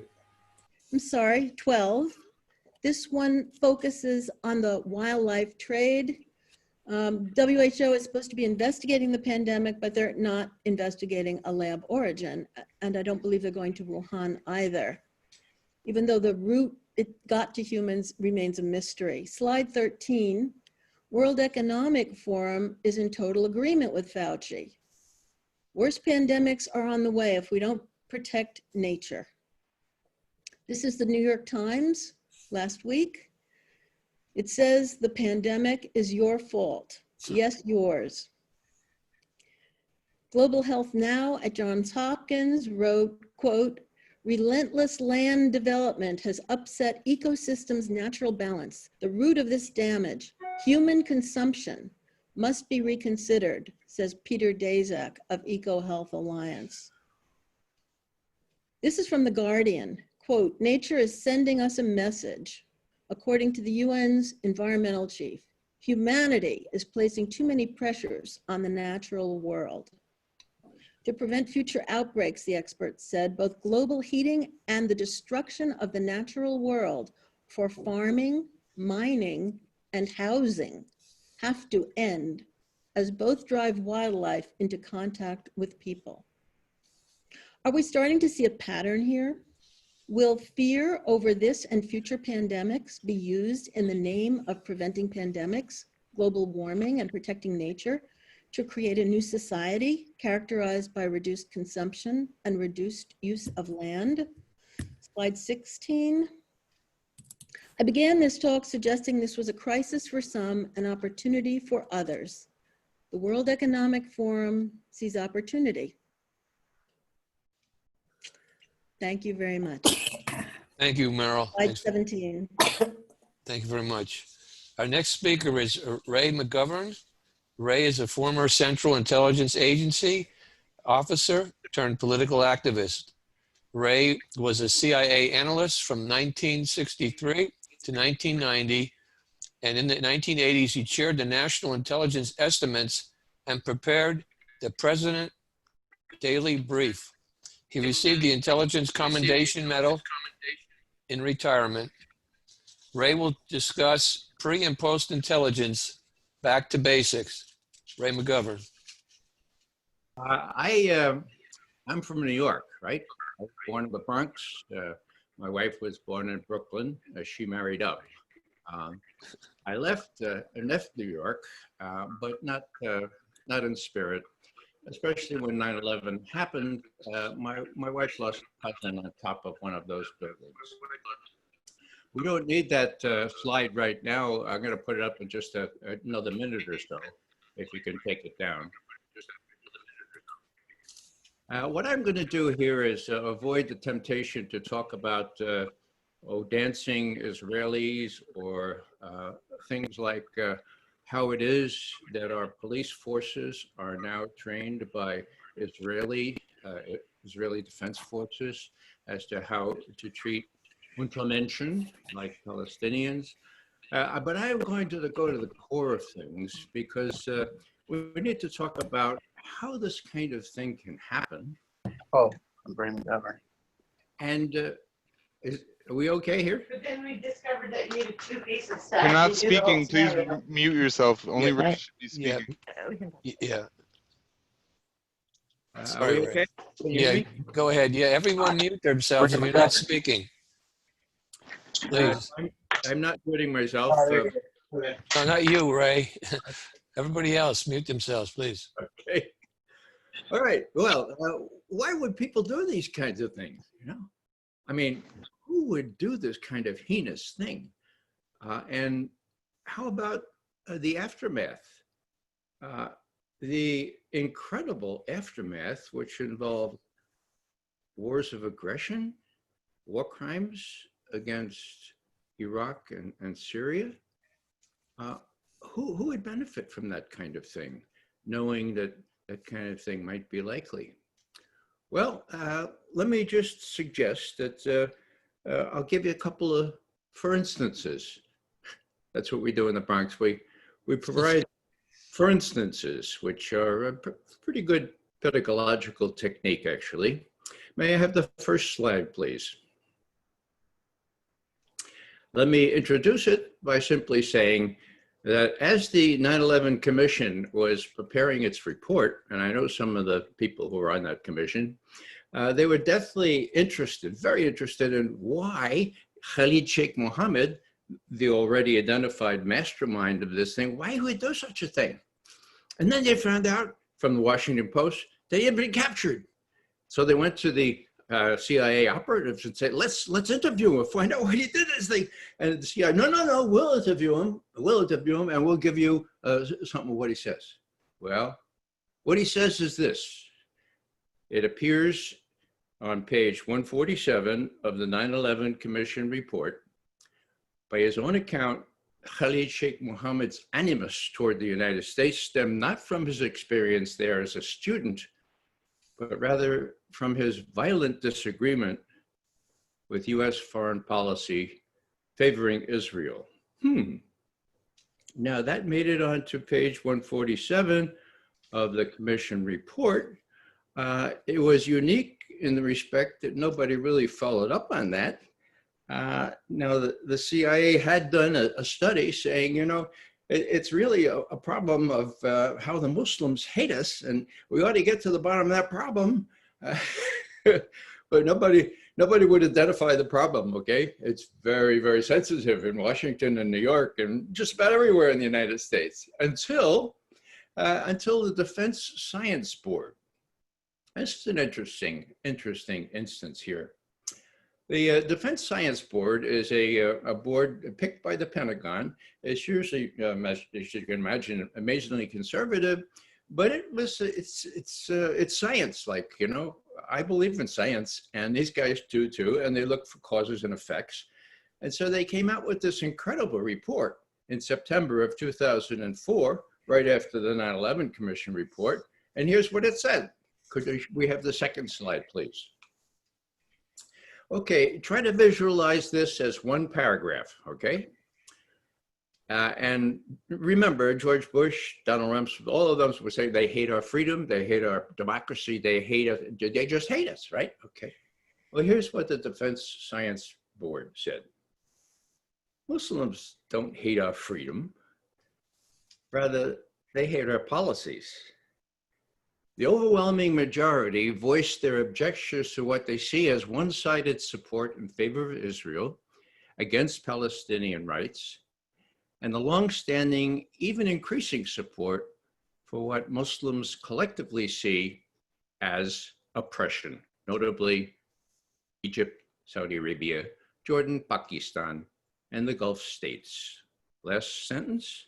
Thus, when American public diplomacy talks about bringing democracy to Islamic societies, this is seen very much as self-serving hypocrisy. Wow. This, an unclassified report, not only saying, you know, the Muslims don't like us much, we ought to look at maybe our policies without defining those policies. Here's an organ of the Pentagon, even though it's, you're not integral to the Pentagon, saying what everybody who's looked at this situation honestly has concluded. Now, what needs to be said about this? Well, that was September 23rd, 2004, right? Now, did the Washington Post or the New York Times feature this? Well, actually, no, they kind of ignored it. But on November 23rd, 2004, the New York Times stepped up to the plate.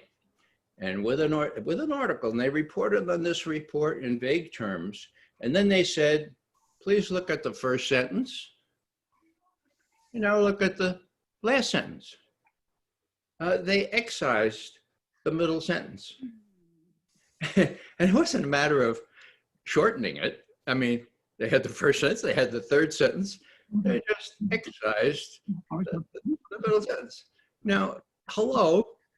That's why Americans are completely unaware of what drives this hatred. And if they don't become well aware of it and know that we give Israel $3.8 billion in military supplies so that they can do what they're doing, and that the Muslims know that the Iranians and the Iraqis and the Syrians all know that, then, you know, it's going to happen again, folks. It's going to happen again. Now, let me just say a word about. We found a horse rather. They're amazing. I'm hearing sounds, but I'll sort of override them unless you identify. Yeah, please turn your mic off. Somebody's in here with a mic on. It shouldn't be. Okay. Now, this is not the kind of thing that's usually said in polite society. But I don't need some money, and I'm not running for office. These are the facts, okay? These are the cold, stark facts. Now, after the 9/11 Commission report came out, it was July 22nd, 2004, I was lined up by the BBC to give some commentary on it. And I found myself in this blue room with Senator Slade Gorton from the state of Washington, who was one of the commission members. And I had a minute to say, now, Senator Gorton, this whole business about nobody has the authority to make the intelligence community work, come on, that's a lot of bull, you know that. The director of Central Intelligence at that point, George Tenet, he had the authority. All he had to do was use it. And he looked at me and he smiled and he says, yeah, I know that. We all know that. We had to be seen to be doing something about 9/11, and George Tenet wouldn't do it. And so we created a new superstructure, the National Intelligence Director. Man, you could see what kind of mischief that has caused. So it wasn't a question of not having the authority to do it. It was a question of not actually grappling with that effect. Let me just add one thing here. Sometimes when you live in Washington, you get chances to mingle with the muckety mucks, as my Irish grandmother would say. And I'm at a concert, and I come down at the intermission, and there's Senator John Warner walking along in the courtyard.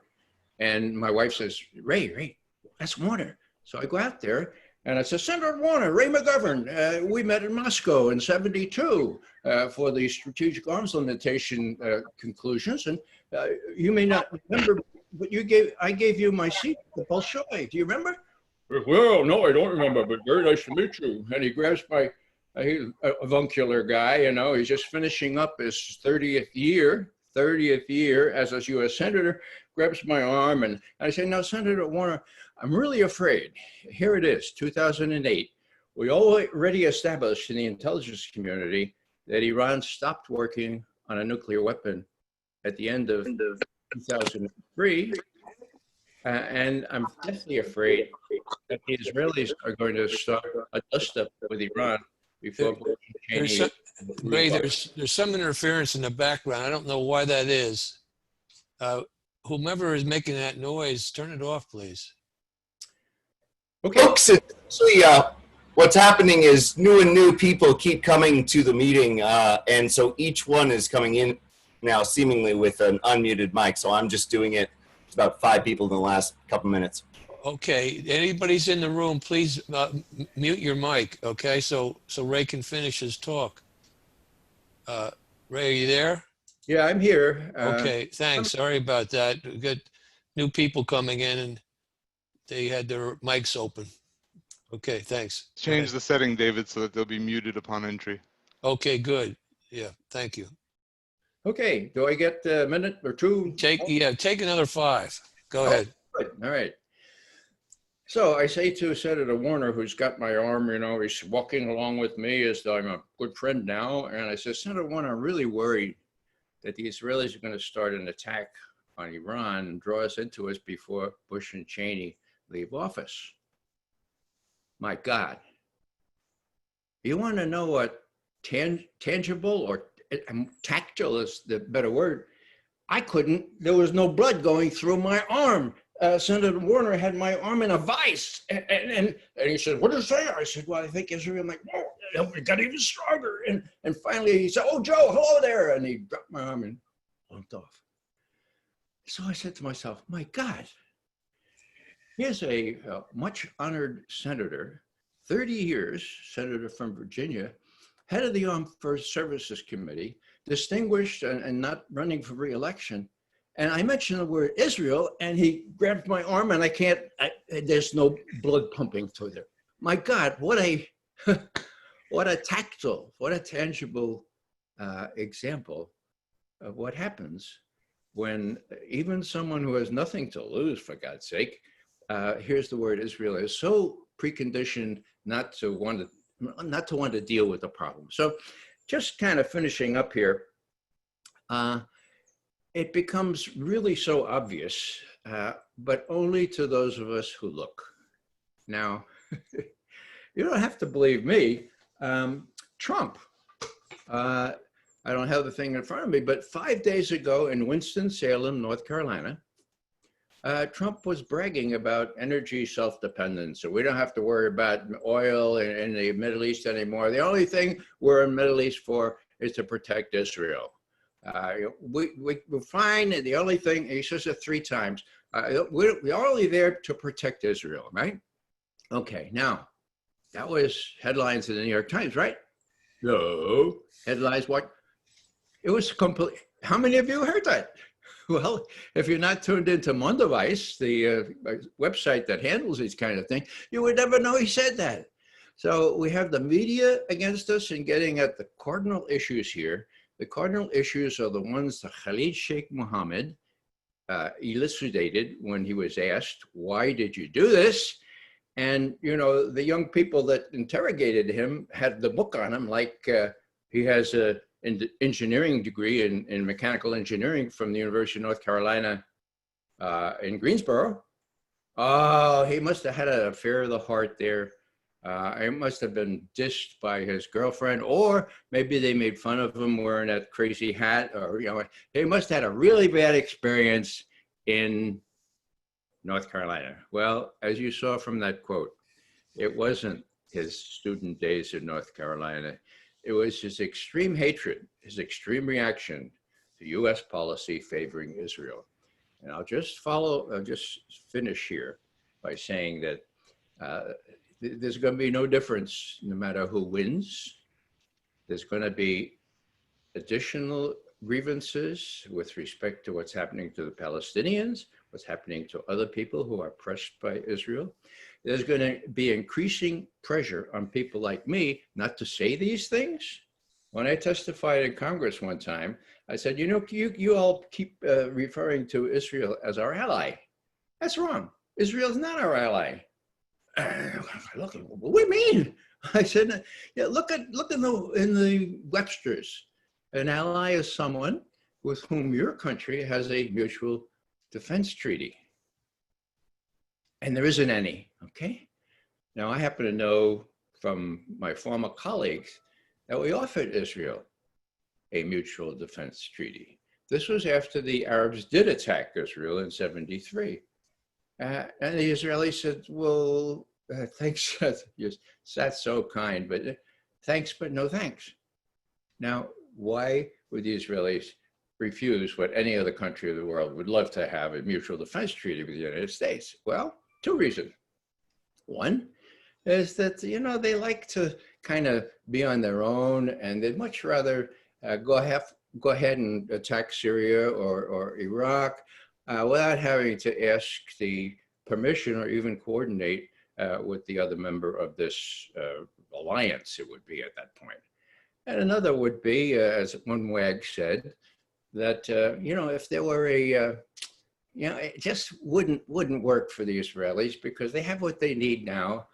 And people talk about, we'll make them a 51st state. And the smart money says, well, you know, that wouldn't work either for the Israelis because then they'd only have two senators. That's a joke, folks, but this is no joking matter. If we don't get to the bottom of this, if we are prevented from addressing this issue by the press, which is so slanted against, well, in favor of Israel, we'll never get to the bottom of it. And sure as can be, mark my words, there'll be another 9/11, and it won't be nice, but we'll know a little bit more, hopefully, about why and how to react in a more reasonable manner. Thank you very much. Thank you, Ray. Thank you very much. Our next speaker is Barbara Honecker. Barbara Honecker, MS, has served as the White House Policy Analyst and Special Assistant to the President for Domestic Policy, Director of the Attorney General's Law Review at the Department of Justice, and for more than a decade was the Senior Military Affairs Journalist at the Naval Postgraduate School, the premier Science, Technology, and National Security Affairs Graduate Research University of the Department of Defense. Barbara will be speaking on anthrax attacks, open back door to 9/11. Barbara, take it away.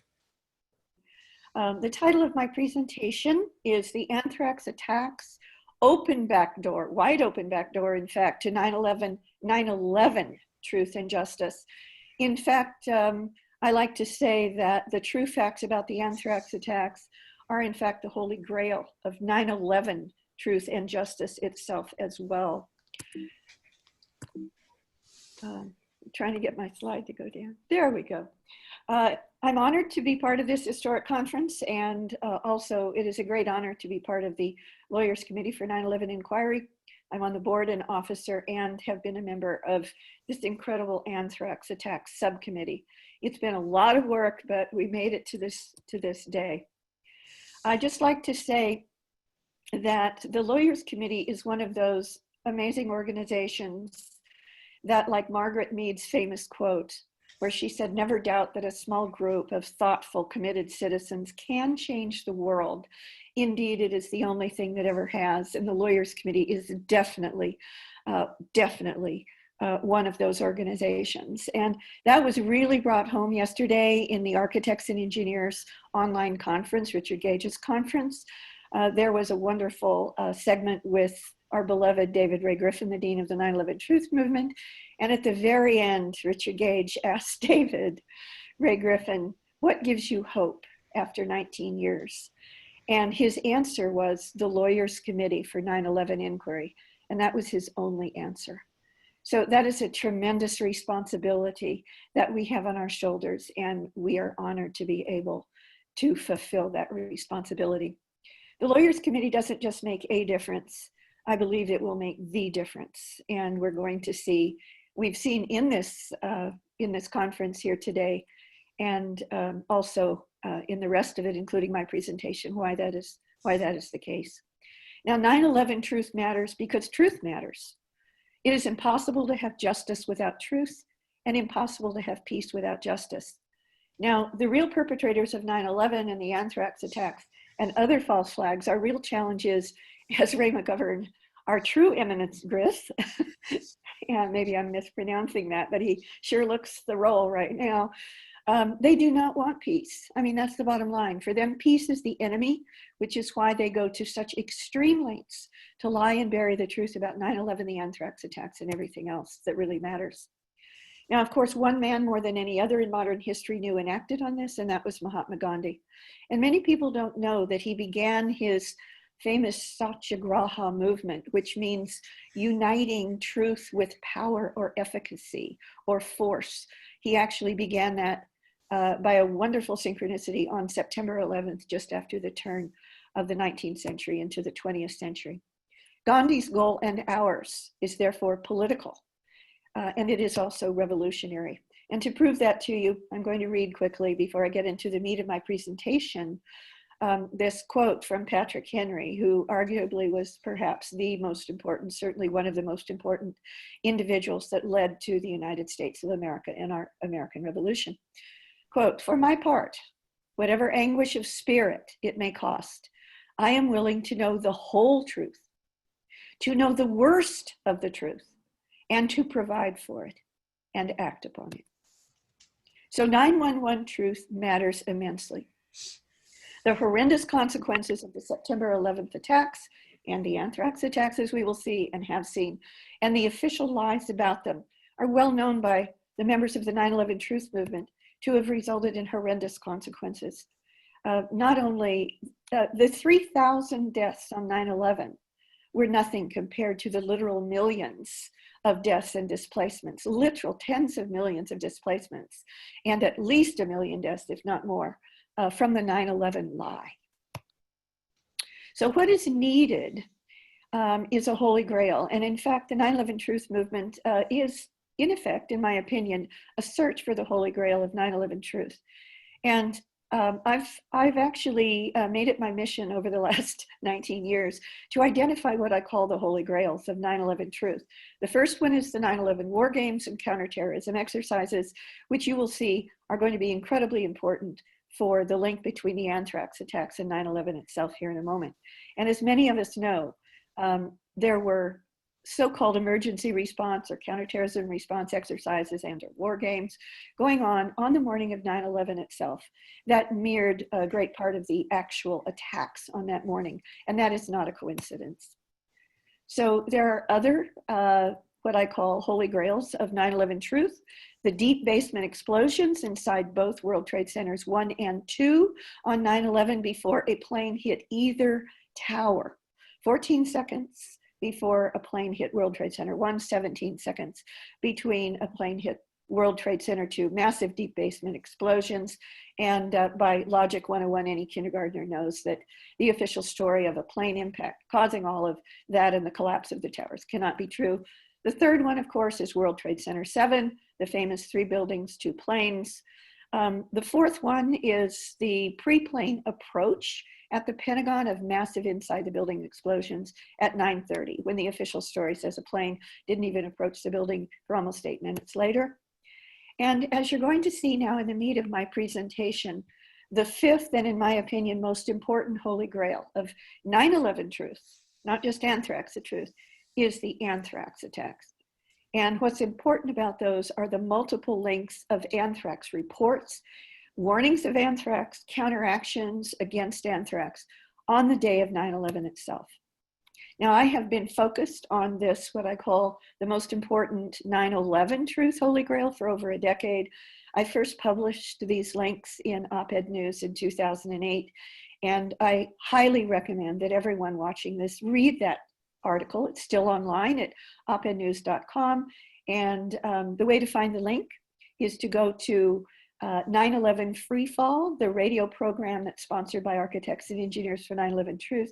I was recently interviewed there by Andy Steele, who's the host of that program. And if you just go there recently, you'll find the link to the audio of that interview. But scroll down a little bit and you will get to the link to my article from 2008 called Links of Anthrax to 9/11. You simply need to know all of them. I'm going to go into a few of the most important ones here. Now, the most well-known link to anthrax on the day of 9/11 itself, of course, many of us in the movement and beyond the movement know that that is Jerome Hauer, who had been the head of security for the World Trade Center. And most people don't know, even in the movement, was an expert on building collapses. In fact, he's been referred to by the New York Times, I believe, as I recall correctly, obsessed with building collapses and the effects of building collapses and the responses to building collapses, not coincidentally, for 9/11. And it was Jerome Hauer who personally put the Bush-Cheney White House on anti-anthrax CIPRO on 9/11. Not after the letters were mailed, not after the letters were received, not after the public knew about the letters, but on 9/11. And we know from William Patrick III, who was known as the father of the US biowarfare program. William Patrick has told us on Frontline, on PBS Frontline, that if you get anthrax, inhalation anthrax, you must go on antibiotics in the first 24 hours immediately, or it can lead to death, which rules out that Jerome Hauer put the White House personnel on anti-anthrax CIPRO on 9/11 itself. It rules out that that was because of the fear of a future anthrax attack. All right, but there are many other links to 9/11 itself, to anthrax warnings, threats, and counteractions. I'm just going to mention a couple of them in my 2008 article. One of the most important to me, because we have the audio tape of him saying this, is an eyewitness. And in the New York Oral History Project, which is a public audio testimony, you can hear it online. Ground Zero resident Bruno Dellinger reported that on the morning of 9/11, he was pulled into a bank building by an FBI agent, had a big FBI in gold letters on the back of his jacket. And as they together looked out of the large clear plate glass window at the pyroclastic cloud from the collapse of World Trade Center to barreling down the street past that door, the FBI agent said to him, "We knew," meaning the FBI, "we knew that this was coming down and that it would involve anthrax." And he told him to immediately, as soon as he could, go to a hospital and get checked for anthrax because, quote, "you never know what was in those planes," unquote. Also, as many of us know in the movement, Graham McQueen has detailed in his wonderful book, The Anthrax Attacks Deception, between 9/11 and the very first anthrax attack letter being received, let alone mailed, let alone postmarked, high-level government and media elites began taking anti-anthrax CIPRO. In fact, there was a run on it.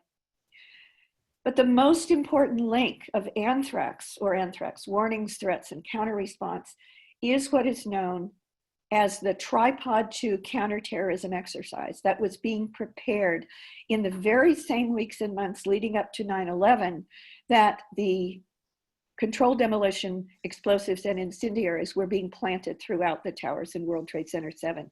Now, I'm going to quickly get across here why this exercise is so important with a series of what ifs. What if, just like there were war games and counterterrorism exercises on hijack, and even with the National Reconnaissance Office on the morning of 9/11, even a scenario exercise on a plane crashing into one of its corner towers. What if there were, on the morning of 9/11 itself, there were links to anthrax? What if in a high-level federal government FEMA New York City counterterrorism exercise just happened to be planned for the next day, September 12th, for which FEMA and other personnel were already in New York City on September 10th, the day before the attacks? What if the scenario for that exercise was an anthrax attack? Maybe one even using letters mailed to members of the mainstream media in New York City, which then happened in October. And what if the weeks or months prior to 9/11 that this exercise was being planned, as I just said, that the equipment and personnel for it were identified and practiced were those same weeks and months that explosives were being planted in the World Trade Center Towers 1, 2, and 7? What if the command center for this anthrax attacks counterterrorism exercise was on a pier not far from Ground Zero? And what if all the critical functions of the World Trade Center's own Emergency Operations Center of Mayor Giuliani were then able to just coincidentally and miraculously be set up in what was to have been the command center for that very Tripod 2 bioterrorism exercise on that very pier after World Trade Center just happened to collapse in a classic controlled demolition on 9/11. Now, these aren't what ifs, they are real and they happened. And they are the holy grail of both the anthrax attacks and 9/11, because any direct links between the anthrax attacks that the government itself insists was an inside job and 9/11, which, remember, our government is now desperate that the American people not also know was an inside job.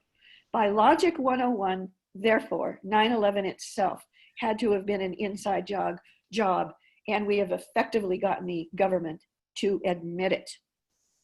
So that's why it is so critically important that the Lawyers Committee anthrax petition, not only the one to Congress, which we are imminently about to file there electronically, but also the much longer and more detailed petition to the U.S. Attorney for the District of Columbia that will be submitted in mid-October, coming up just in a few weeks. Why those two petitions, and they're related, of course, much of the same content, that those two petitions are so critically important, not just for the anthrax attacks truth, but for 9/11 truth itself. So I hope that I have now convinced you that the true facts about anthrax and the anthrax attacks and their links to 9/11 itself could well be the holy grail of 9/11 truth. Thank you. Barbara, thank you very much. Our next speaker is the New York Fire Commissioner, Chris Gioia. Chris is a 30-year member of the Franklin Square Munson Fire Department, has served as chief from 2007 to 2012. He's also a veteran of the Marine Corps, as well as an EMT for 25 years. Chris is going to speak about fire department activism and reflection on 9/11 truth. Chris is a good friend of the Lawyers Committee. Christopher, you've got center stage. Thank you, David, and thank you for inviting me to the conference today. Let me get my notes ready, please. There we go. Okay, for those of you who don't know me, my name is Christopher Gioia, and I'm a fire commissioner with the Franklin Square Munson Fire District in Nassau County, New York.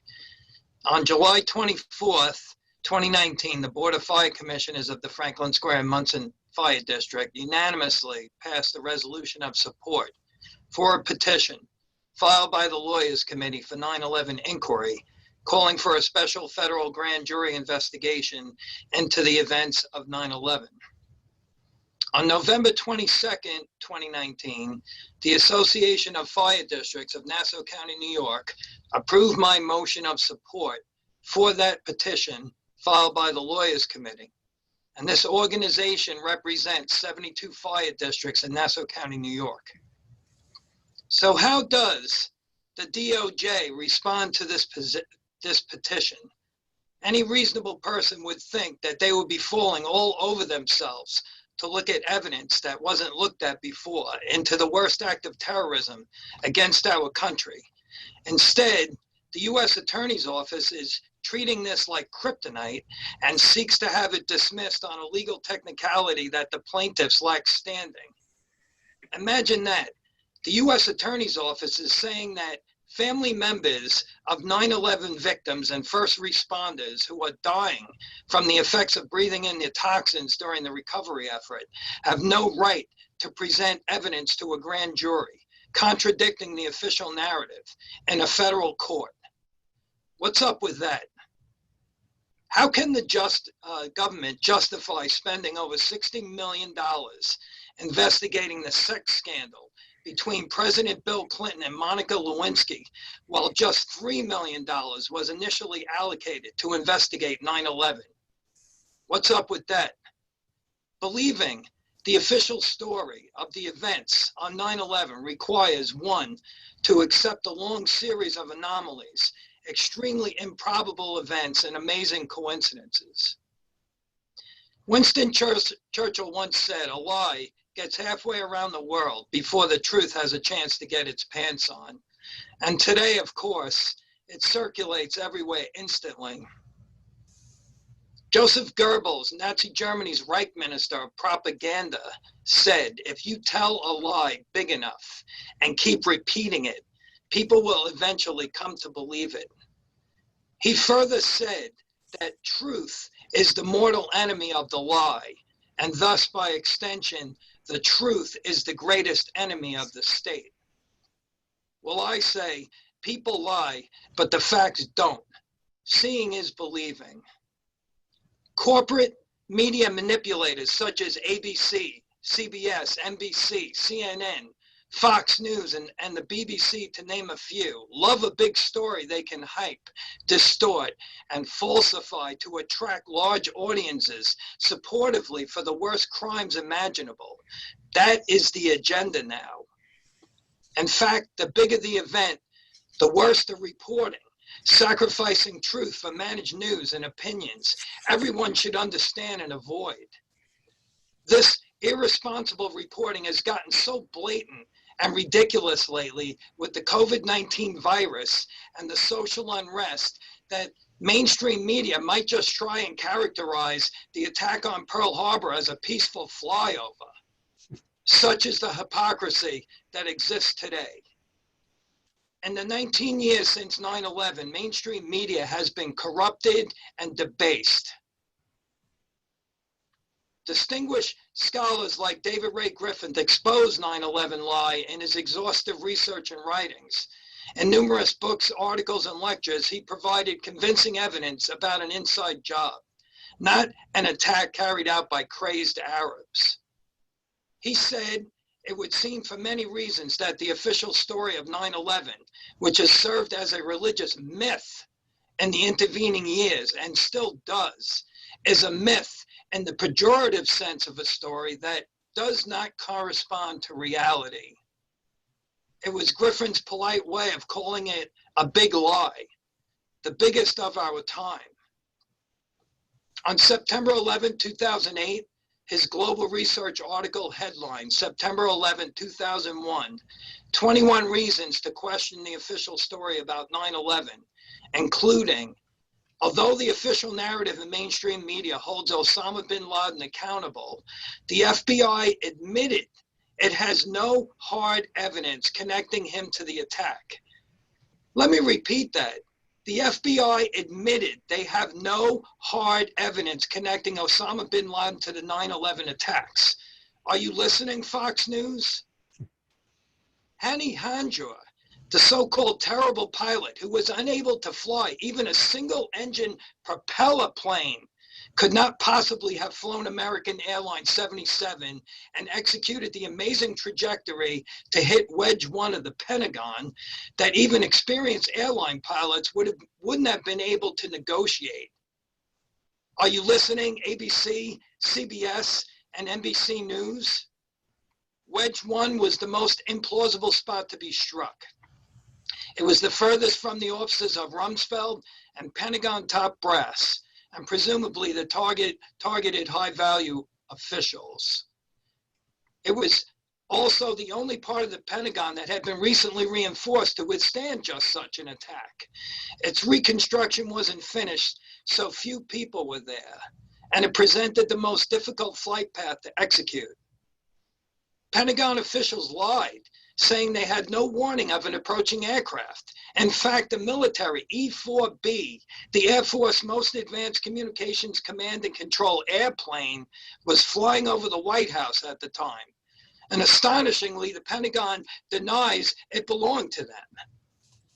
Moreover, the Pentagon is the most guarded structure in the world, complete with advanced radar and surface-to-air missiles, able to intercept and destroy any approaching threat. Are you listening, CNN News? The alleged hijackers had minimal competence to fly single-engine propeller planes, let alone be able to handle commercial jetliners. Moreover, their names are not on any original authenticated passenger manifests. In fact, several turned up alive and well and living in the Middle East. Washington never even produced their tickets as evidence because they were not aboard the planes and had nothing to do with the incidents. Are you listening, BBC News? George Bush later acknowledged that Saddam Hussein had nothing to do with 9/11, and the Senate Intelligence Committee also said he had no connection. In his book titled 9/11, 10 Years Later, David Ray Griffin said the following: getting the 9/11 lie exposed is essential, and one obvious reason is simple justice. There needs to be justice in the sense of punishment for those who engineered this crime, including top government and military officials, and they perhaps consider themselves patriots when they are in fact guilty of murder and treason. Revealing 9/11 truth is also vital for the sake of preventing further crimes against democracy. Many lines of evidence show that 9/11 was an inside job and is virtually indisputable. And as a result, it needs to be exposed so everyone knows to give never again real meaning. 9/11 was the transformative event of our time for ill, not good. And it sparked multiple wars, producing more of them, as well as repressive domestic crackdowns. It also launched a global war on terror, another on truth, human and civil rights, social justice, rule of law principles, and democratic values wherever America and its NATO partners show up. September 11th, 2020 marked the 19th anniversary of a day those old enough to remember won't ever forget, nor should they forgive political Washington for using it to wage war on humanity. Exposing the official 9/11 lie is a vital first step to freeing America of a malignancy that is destroying it and free people everywhere in its grip. Thank you. Chris, we salute you. Thank you for that inspiring talk. Thank you very much. Thank you, David. Thank you for having me today. Our next speaker is William Jacoby, attorney. Bill is a member of the board of directors of the Lawyers Committee. He's an attorney and admitted to the bar in New York, now retired. He has worked mostly in the management positions in the nonprofit, public, and private sectors. He has an MPA degree from the University of Pittsburgh and a JD from Duquesne Law School, and a BA in the government from Dartmouth College. Bill is going to talk to us about pushing back beyond the courtroom. Bill Jacoby. Great. Good to be here. Thank you, everybody, for your remarks up till now. I'm going to try to take a slightly different tack here, address something that people haven't said too much, but seems to me to be as obvious, a very obvious subject for conversation. Can you see my screen? I get right? We can. You can. Okay. Well, that's good because I can see you. I don't know if you're putting See you, Bill. I don't see your screen. Okay, let's see. Is it here? Oh, okay. This should do it. There you go. Can you see it now? Yeah. Yes, you can. Okay. All right. Just to keep things moving along here. I'd like to change the focus from what we know about 9/11 to what we as citizens are called upon to do about it. which always seems to elicit a little bit more silence than the discussion of what the government is doing wrong. But I think we can summarize some of the important points, some very important points made today in one sentence, that 9/11 marked a major ascendancy, a major step up, you might say, of the national security state. It was an opportunity to use officially sanctioned mass murder to launch a 20-year war. We learned from 9/11 that secret bioweapons can be used to murder US senators and intimidate Congress. We learned that the mass media, we knew this before, but not only didn't question or investigate 9/11, they collaborated in suppressing dissent. And we learned that mind control can be used to stifle effective public opposition to political murder and war. And I think as we listen more about the Anthrax findings of our lawyers committee, we observe that our justice system has not initiated any real inquiry into any of the myriad spin-off crimes of 9/11, and in fact may have been a part of covering up those crimes. So that's a pretty rapid and perhaps overgeneralizing summary, but I don't think so. I think it leads me to say that I think we can infer that 9/11 is a window into the national security state. I think we can infer reasonably that the 9/11 accountability requires overcoming, in some sense, the national security state. And given what we know about the strength of the national security state, it means that neutralizing the national security state is an objective which in many ways transcends 9/11. 9/11 is a window into it, but it's a window that looks two ways. So I come back to the question, what are we called upon to do? And the we means really all of us on this call. If you were going to take from my option A, you wouldn't be on this call, but it's open to all American citizens. You can avert your gaze, you can spend life smelling the flowers. We can get angry and we can take symbolic or unstrategic action, or we can support the efforts of those few who are active with our money. And I certainly think we should be doing that. It's incumbent on all of us to support the work of the Lawyers Committee and the other organizations working in this field. But it seems to me we also have to think about organizing to resist effectively. It's the most difficult choice. It demands the most of us, but I think it's the most necessary for good to prevail. And the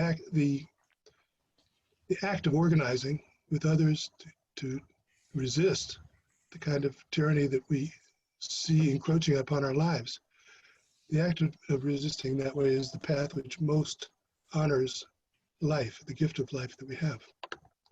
So my talk is really those three words. We must organize. It seems to me it's the most obvious thing that we should all realize, and yet I'm continually struck by how small a part of our lives and our thinking goes into it. Perhaps it's because the truths which have been underlined by our other speakers, while they're obvious when they restate them, don't seem obvious to us as we go about our daily lives. But we have to organize because ultimately resistance without organizing is impossible. Don't get me wrong, I'm a member of the Lawyers Committee. I totally support everything we're doing, and it's essential that we be doing what the Lawyers Group and others are doing. But without an organized civil society behind them, the odds are not great, because we've seen how much infiltration the national security state has into our legal system and our Justice Department. That's why we're suing them, as someone pointed out before. So resistance without organizing is impossible, but successful resistance is possible if it's well organized. And that's why we have something called the Truth Action Project. It's organizing to resist effectively. And we don't think that's an easy job. It requires a lot of skills that I found were not really highly visible in the 9/11 Truth movement among its volunteers. And so we've been gathering new volunteers with some of those skills, but we still need more. And this is a call to those of you who have those skills and want to provide them. But in order for organizing to resist effectively to be effective, we have to grow to a very large scale. We will need hundreds of local action groups, cells, if you will. We'll have to attract the kinds of volunteers who can manage other volunteers, because we would need to have a political presence really in all congressional districts. We have to be able to manage the growth of an organization. That was something that hurt Truth Action Project in its beginning. We had many people rallying to our petition, but we found we didn't have the core group that could actively put them together in projects. We have to have internal procedures to resist the opposition which has come to past movements of our type. We have to generate and project a unifying narrative because we have to attract a much larger audience than those who are active within the 9/11 Truth movement, and we can. And some of the talks today point to that much greater audience of people we have who are concerned about liberty and well, just maintaining liberty and the freedoms that we were granted under the Constitution, or that were fought for under the Constitution. We have to learn to have volunteers who can help us fully utilize alternative media.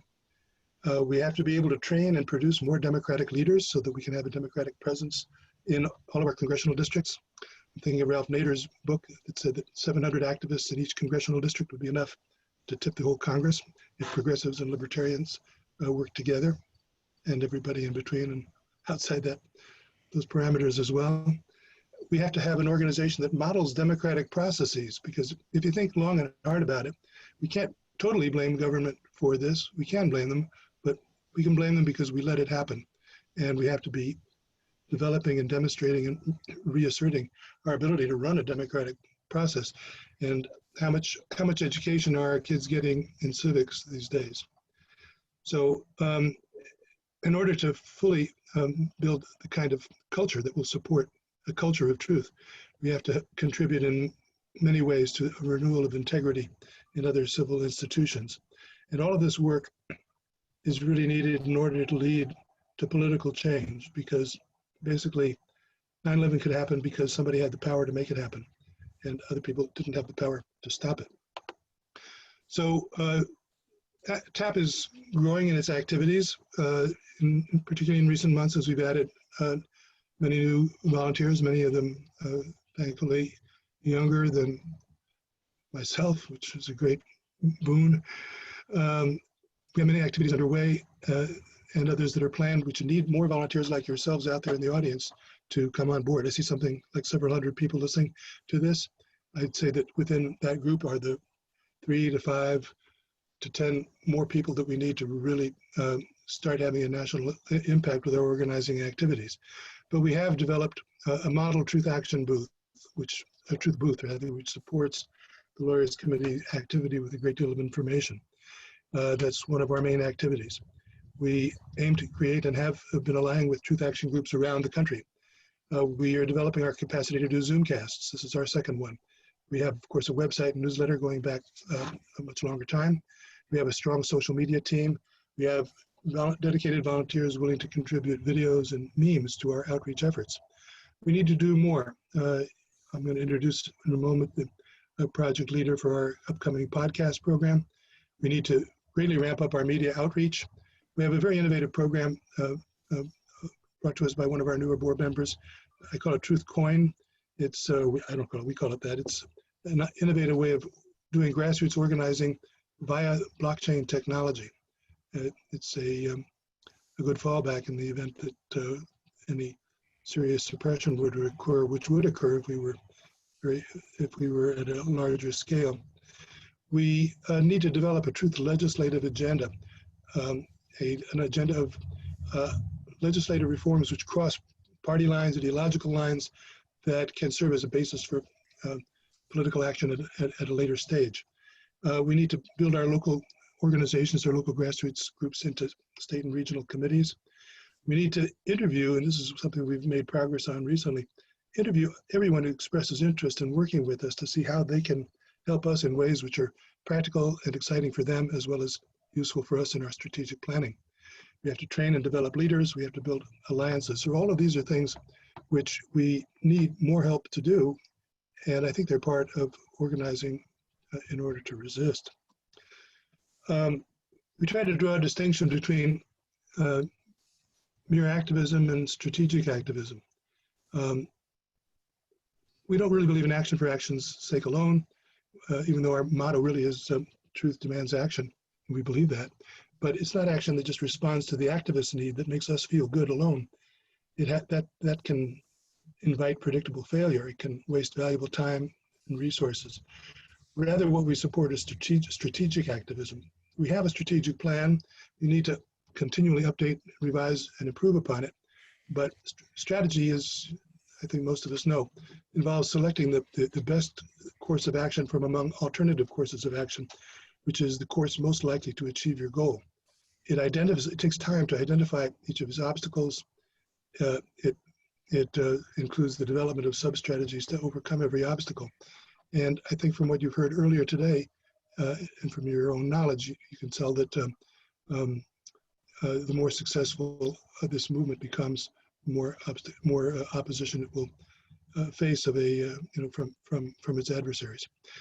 As far as learning how to organize, of course, our country offers exciting, important examples. The revolution itself was an act of grassroots organizing. Ethan Allen and the Green Mountain Boys were my favorite example of local organizing, of grassroots organizing. The labor movement, the civil rights movement. But it turns out that I think that the biggest experts on grassroots political movements in the US today is the national security state itself. They've been really interested in grassroots political movements. They've been studying Vietnam up the wazoo. They've been studying everything. And what have they learned from it? They've learned that they think that they've been able to control it through manufacturing fear, fomenting division, and inculcating a sense of helplessness. But you know, they haven't always succeeded. They really did not succeed in Vietnam, sad to say, or not. And therefore, for all the resources, for all our resources that have been put into this, they haven't necessarily proven that with all their brand companies, corporate creation studies, that they've learned how to stifle real organizing. The problem, the burden is that we in the movement have not taken the time to study what organizing itself means. So if that weren't enough of a difficult challenge to overcome, some of us foresee that hard times are coming. The financial situation we're in right now, aggravated by the pandemic, may make it harder to raise money, to attract volunteers. People will have to spend more time thinking about earning a livelihood and coping with things. This makes it even more of a challenge for us to talk about organizing to resist. Is the pandemic a cover story for our failed economic leadership? I'll let us debate that for a while. But one thing we know is there seem to be forces pushing for chaos. And when we see chaos, we as human beings resist this, and we want law and order, and law and order sometimes comes with tyranny attached to it. We don't want that. That's not what America is about. So if we don't want it, let's get our act together. Let's contribute our ideas, our energy, and our time to thinking about and joining in it in a pilot effort to build communities of truth, to resist and to survive planned chaos and tyranny. Support all the other truth organizations. I also think, though, that if we want to resist to combat the kinds of forces that made 9/11 possible, we need to get serious about building a grassroots organization, and that means you, every one of you, has something to contribute to that effort. I'd like to turn this mic over for our last person, one of our new younger board members, Morgan Nolan, who has been, I want him to come on because he's brought in the kind of new enthusiasm that he and several others of our new board members have brought into this movement. And he's the leader for our communications team. And just like for him to talk to you more about what you can do in TAP. There are many more opportunities, and perhaps what you can most contribute to TAP is something we haven't even identified.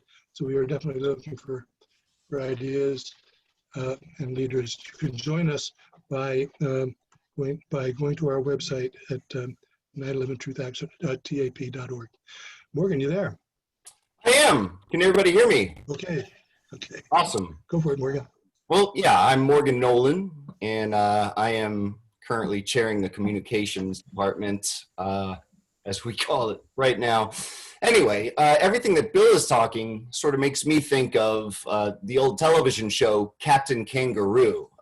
If anyone's like me, they remember a show where it's showcasing different people doing different things. One person is flying a kite, one person is riding a bike, one person's writing a letter, a million different things that we're doing. So I sort of see that as all of the things that the 9/11 truth activism part of the movement is doing what people are into, whether it's writing articles, posting memes on social media, producing music videos, a podcast, organizing protests, standing on the street with pamphlets, painting pictures, staging plays, whatever it is that you think should be a message. Well, we want your input here at 9/11 Truth Action Project.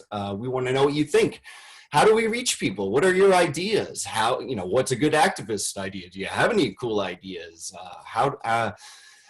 We want to promote you, and we want to get more and more things going on in the world of 9/11 truth activism to get the word out there, to build our numbers. So if you're interested in anything creative, making a message, writing an article, or interested in trying to help us get it out there, say on social media, or finding new markets where we can reach people, come on in. There's a sign up that's been posted several times, both the Lawyers Committee sign up and also 9/11 Truth Action Project sign up, where you can go check what boxes you're interested in, whether this or that, and you can sign up for friendly media, and you can also sign up to help us with the podcast. And I'm going to post that actually right now, so you'll see it coming in right now.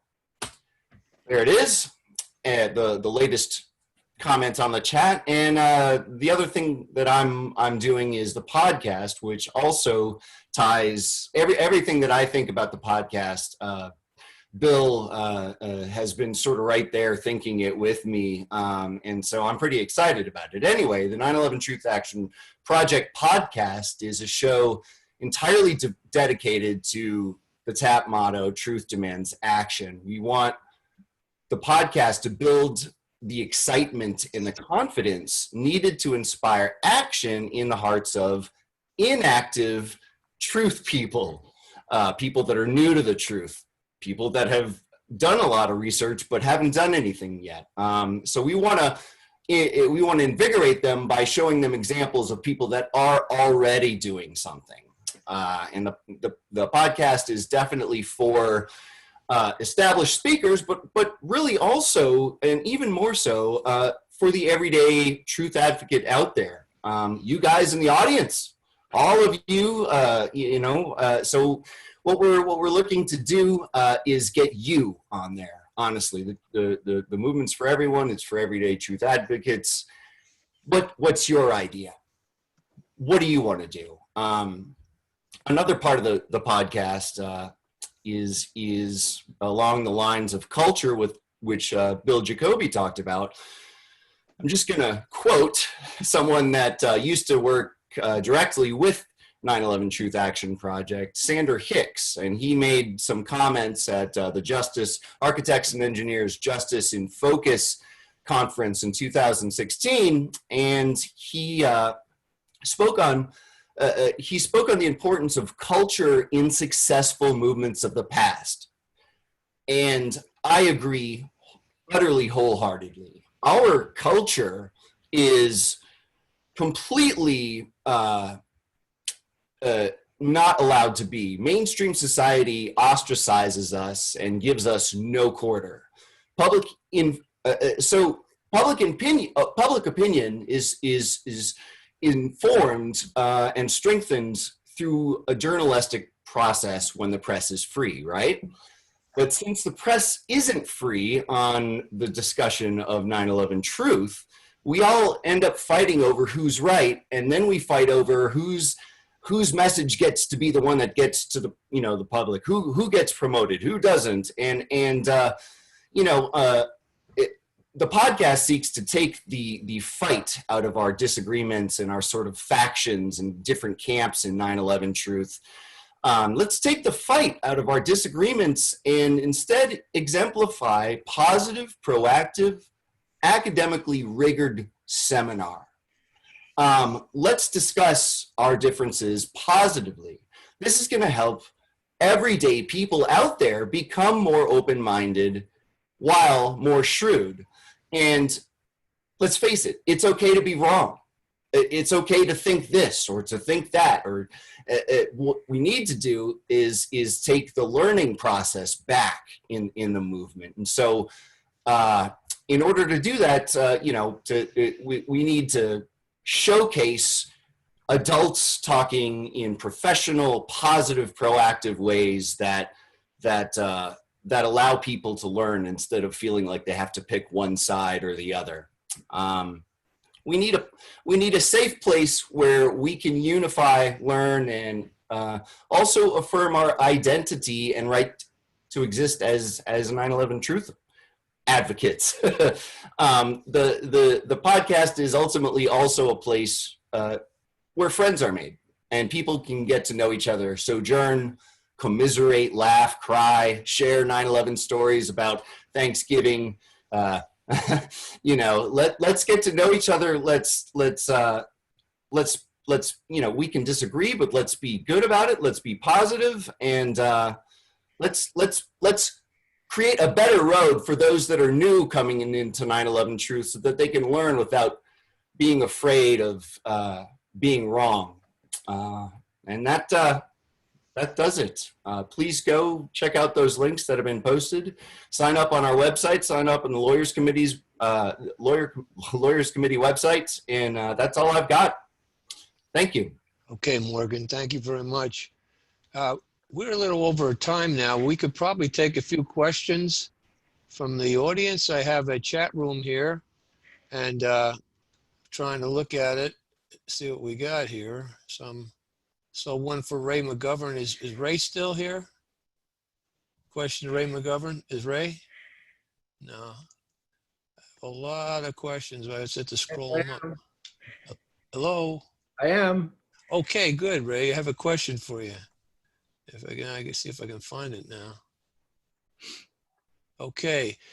Do you think possibly that the men that took us to war in the Middle East did so because they perceived it was a danger to America, and thus the deaths on 9/11 were minor in comparison? No, I don't believe that. I don't believe that for a second. And I think all the evidence is preponderantly against that kind of surmise. Okay, thanks. Let's see, who else we got? I saw some for Mick here, and I'm scrolling back for the last few hours to see what we got. So Dave, I've got a couple I could answer while you're looking.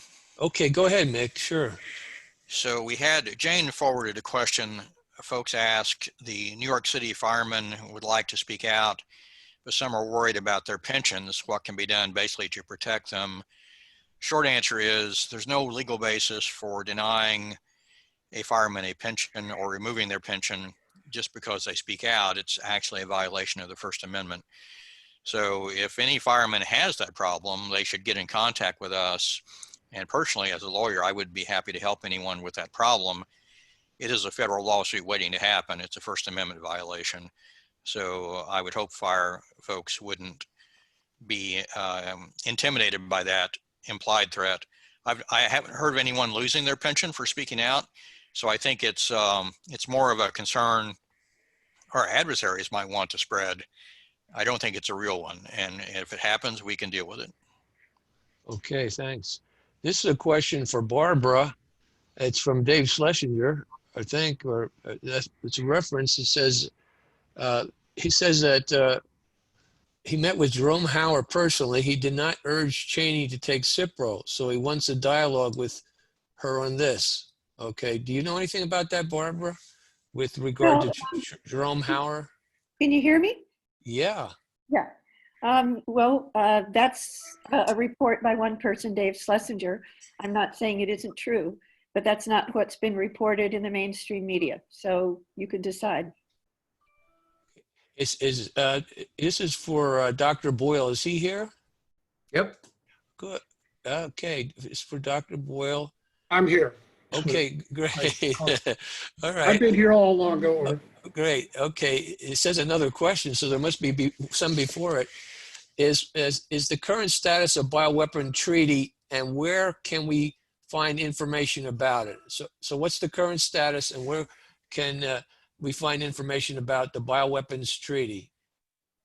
Right. My Biological Weapons Anti-Terrorism Act of 1989, as amended, can be found in the U.S. Criminal Code, which is 28 U.S.C. starting at section 175.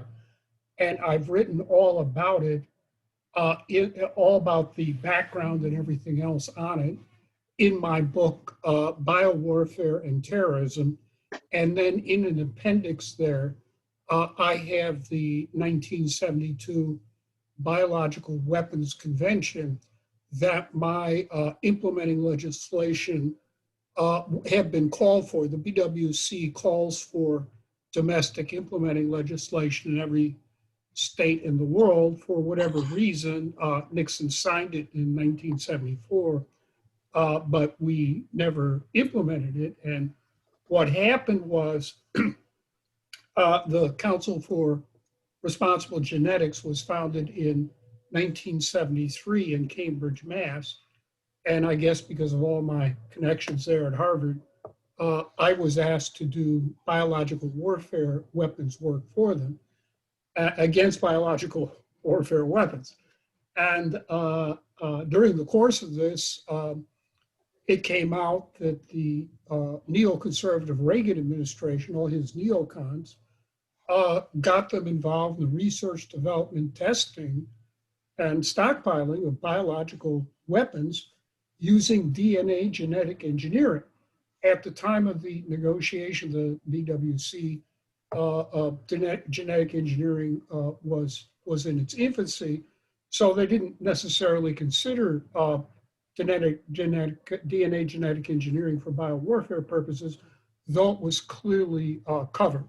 So in 1985, CRG asked me to give a briefing on Capitol Hill to interested staffers for the House and the Senate. And I said, you know, we really need overall implementing legislation for the BWC. And in specific, it has to specifically address itself and make it clear that this also applies to DNA genetic engineering. And by the way, if you look at my statute, you'll see I also anticipated synthetic biology. It's right in there. And it's a matter of public record, if you look at it, that synthetic biology was bought and paid for by DARPA, the Defense Advanced Research Program. And it's basically a wholly owned subsidiary of DARPA, all the synthetic biology that we're reading about now.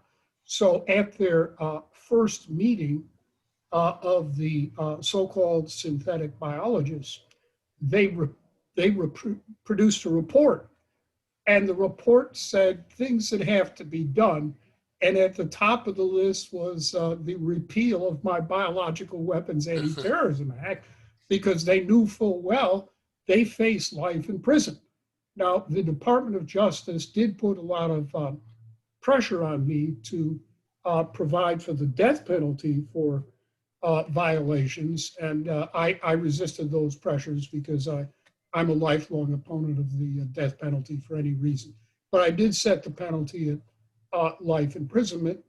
And so US citizens who are engaged in this, and especially the COVID-19 pandemic, I think can be prosecuted for violating the Biological Weapons Convention and facing life imprisonment. There's also a federal statute on weapons of mass destruction they could be prosecuted for on, including conspiracy on both statutes. So there are a variety of federal statutes that could be brought to bear on US citizens responsible for this COVID-19 pandemic. I've discussed them all in the interviews I gave. And also, David, I gave you a copy of that very extensive declaration for use in Israel by Israel lawyers. And they have informed me that that declaration has now been filed on the Chinese government by the Israeli Foreign Ministry. So maybe we'll get some truth and justice over there in the Israeli courts. I I can't say, but I'm going to give it a try. You can read my declaration. It was good as of June 6, 2020. There's been more evidence that have come into the public record that supports what I've been saying. And now we have the Woodward tapes of Trump admitting to us all that he's been lying from the get-go.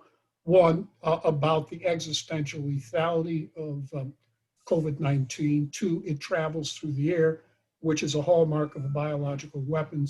And three, of course, it affects children. Although I did want to say, I've been edified by the lecture given by my colleague and friend, Dr. Merrill Nass, that hydrochloroquine could work here. I've worked with Dr. Nass for many years against biological weapons, and I have a great deal of respect for her opinion. And that gives me some hope. I'm not a doctor, I don't treat patients, but it certainly gives me some hope. Thank you, Dr. Great. There's a second question for you too. It refers to biolevel numbers on these labs. Is that the same as P1, P2, P3, et cetera, labs from the past on the levels of their dangerous activity? Pretty much. The two most dangerous are biosafety level 3 and biosafety level 4. The Wuhan BSL-4 is a biosafety level 4. Fort Detrick is a biosafety level 4. They aerosol, at BSL-4s, they aerosol biological warfare agents, aerosolize them for the purpose of delivery to human beings by breathing them. So aerosolization has always been a tip-off of a biological warfare weapon. BSL-3s are quite dangerous too. They involve DNA genetic engineering to manufacture biological weapons, and especially gain of function activities that makes them more lethal and more infectious. We know from the contract, which I've read and analyzed, you can look at my declaration and the interviews I've given, between the University of North Carolina and the Wuhan BSL-4. That's where COVID-19 comes from. And the UNC at North Carolina is a BSL-3. They don't have moon suits and portable air supply. That's what Wuhan BSL-4 did and aerosolized this stuff. I'm not saying that this was released deliberately by China. I think it was a leak, but all these leaks are predictable, and indeed I predicted them. If you look at that award-winning documentary by Cohen and Nadler, Anthrax War, you will see I predicted this. I served as a consultant. I appear in there repeatedly, including the last frame where I say, this is a catastrophe waiting to happen. And if you call up, the last time I looked last week, the webpage for Anthrax War, you'll still see that they feature one of my warnings on there. So of course this was predictable. I predicted it at least back to 2009. Indeed, in 2001 at that CRG convention at Harvard Divinity School, Dr. King and I, Susan Wright, who worked against, a physicist who worked against biological weapons at the University of Michigan, and the executive director of CRG, put out a statement on all the dangers of the biological research work that was being conducted by the United States government and abroad. And you can read that statement again in my book, Biowarfare and Terrorism, 2005, Clarity Press. It's a paperback, so I'm not making any money on that book. With the royalties, I might be able to buy my wife a pretty good Italian pizza, but that's about it. And maybe a bottle of wine in there, and the royalties on that book. But it's all in there. If you want to read even more background, my book, The Future of International Law and American Foreign Policy, the Transnational Publishers 1989, goes all the way back to the work I did for Council for Responsible Genetics, my 1985 paper that I delivered at Capitol Hill, calling for the implementing legislation of the Biological Weapons Convention, my critique of the Reagan administration's neocons getting into DNA genetic engineering for biological research and things of that nature. And then I have another article you can find doing a Google search recently put out by Scoop News in Australia, I think, entitled 13,000 Death Scientists Are Hard at Work. And that article by a friend of mine, Sherwood Ross, an investigative reporter, used to work for the Chicago Sun-Times. I'm a native Chicagoan. You'll see my written answers to a series of questions he posed to me about the dangers of U.S. biological warfare research. And again, in that 2015 October, I researched those answers, and I said there, quote, "This is a biocatastrophe waiting to happen," unquote. And I specifically condemned the University of North Carolina because it was well known they were involved in this. My alma mater, the University of Chicago, was involved in it. My triple alma mater, Harvard, was involved in it. That chair of the Harvard chemistry department, Lieber, he was over there in Wuhan.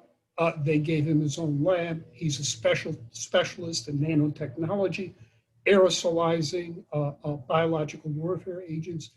He also worked for Fort Detrick, doing the exact same thing from him. I believe it's a cover story that Harvard knew exactly what Lieber was doing over there in that Wuhan BSL he said that with 3 degrees and 7 years and having taught 2 years at Harvard. They knew what the chair of their department was doing over there. Harvard is even listed as a sponsoring research organization for the Wuhan BSL-4, as well as the WHO. And as correctly pointed out, Fauci paid for it, NIAID paid for it, NIH approved it. The FDA was involved in that research, not just supporting it, which gets to the so-called COVID-19 vaccines. These are probably going to be more dangerous than useless. You probably read in the New York Times, the Wall Street Journal, this ad taken out by Big Pharma saying that their vaccines will be approved by the FDA. Well, that's a joke and a fraud, because the FDA was involved in the development of COVID-19. And the last time the FDA gave emergency use authorization to vaccines against biological weapons was in the run-up to Go4 by Bush Sr., where they gave emergency use authorization for the use of experimental vaccines against anthrax and botulism in violation of the Nuremberg Code of Medical Experimentation. And those American vaccines, those experimental vaccines, were given to about 500,000 US troops. The last time I looked at the figures, which was a while ago, about 11,000 of those troops have died and 100,000 have been disabled.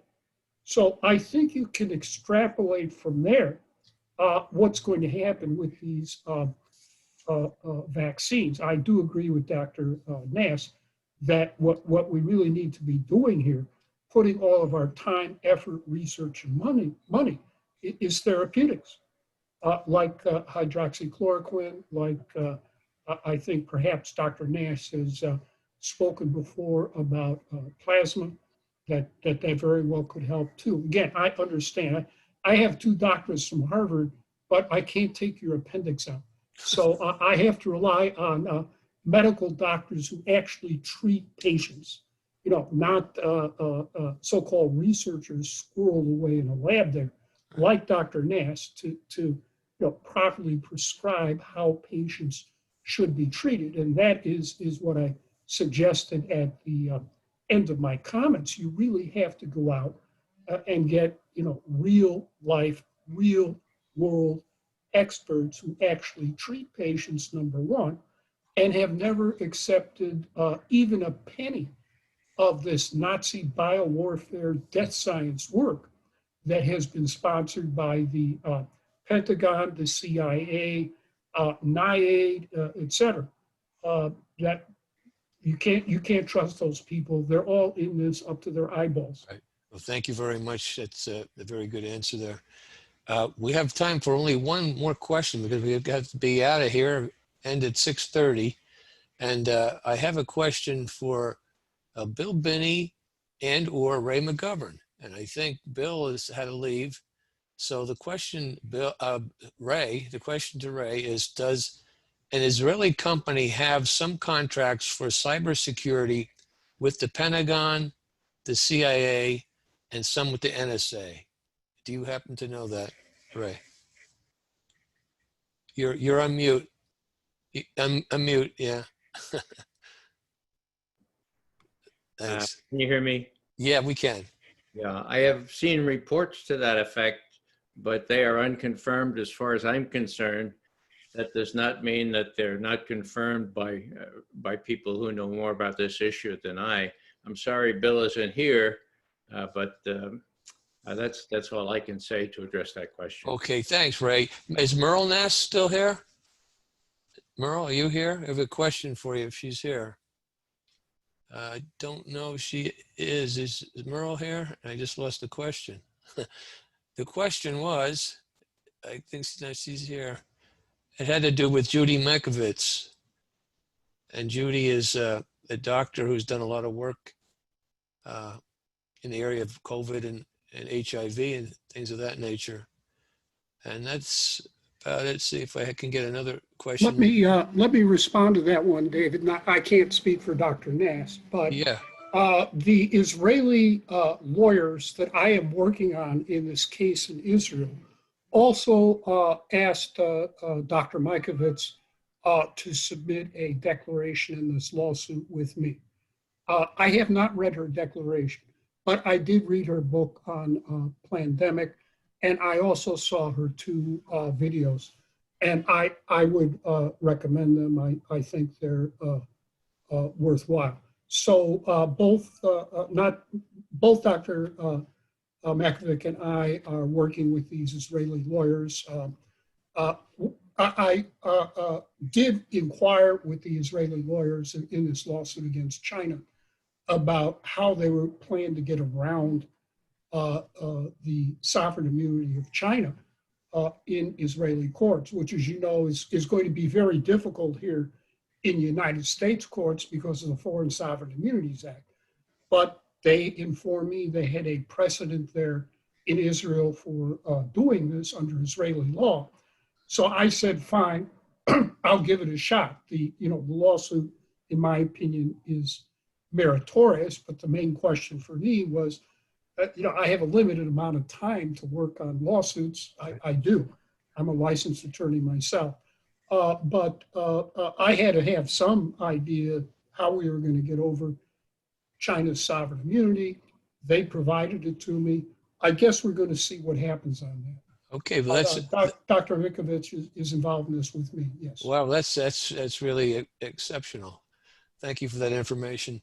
Well, listen, our time has come to an end. I think this was quite an event, and we have a lot of questions that should be answered, and we don't have the time to do it right now, unfortunately. But I want to thank all the speakers for being here. Everyone did an exceptional job. I want to thank all the people that came and watched and listened. These will be turned into tapes, so you'll be able to catch everyone's talk from the beginning. You'll be able to see the whole 3.5-hour event, and you'll be able to see the individual talks too. And we'll start doing that as soon as we end this. This will go to our people that do that, to cut it up. But again, the Lawyers Committee is trying to do something special. And if you can help us, that's lc4for911.org. We need your support. And this is actually the second year in a row we've worked with TAP. Last year, TAP helped us in New York City at All Souls Church set up. And this year they provided the technical support for this program, which is outstanding. There was some little glitches, but I think there's glitches in all, you know, with even big enterprises have their little glitches. And I'm sure these glitches will be worked on and worked out. But I want to thank everyone for being here. And as we started off in a sort of a patriotic sense, we are all good Americans. We want to do the best thing for our country. And we want to embrace each other in that regard. And so thank you for being here. Please support our efforts. Good night and take care. All right, David, thank you. Take care, Thanks, everyone. Good night now. I'm going to end the meeting now. Thank you, everyone. Thank you. Bye-bye. Bye. You all.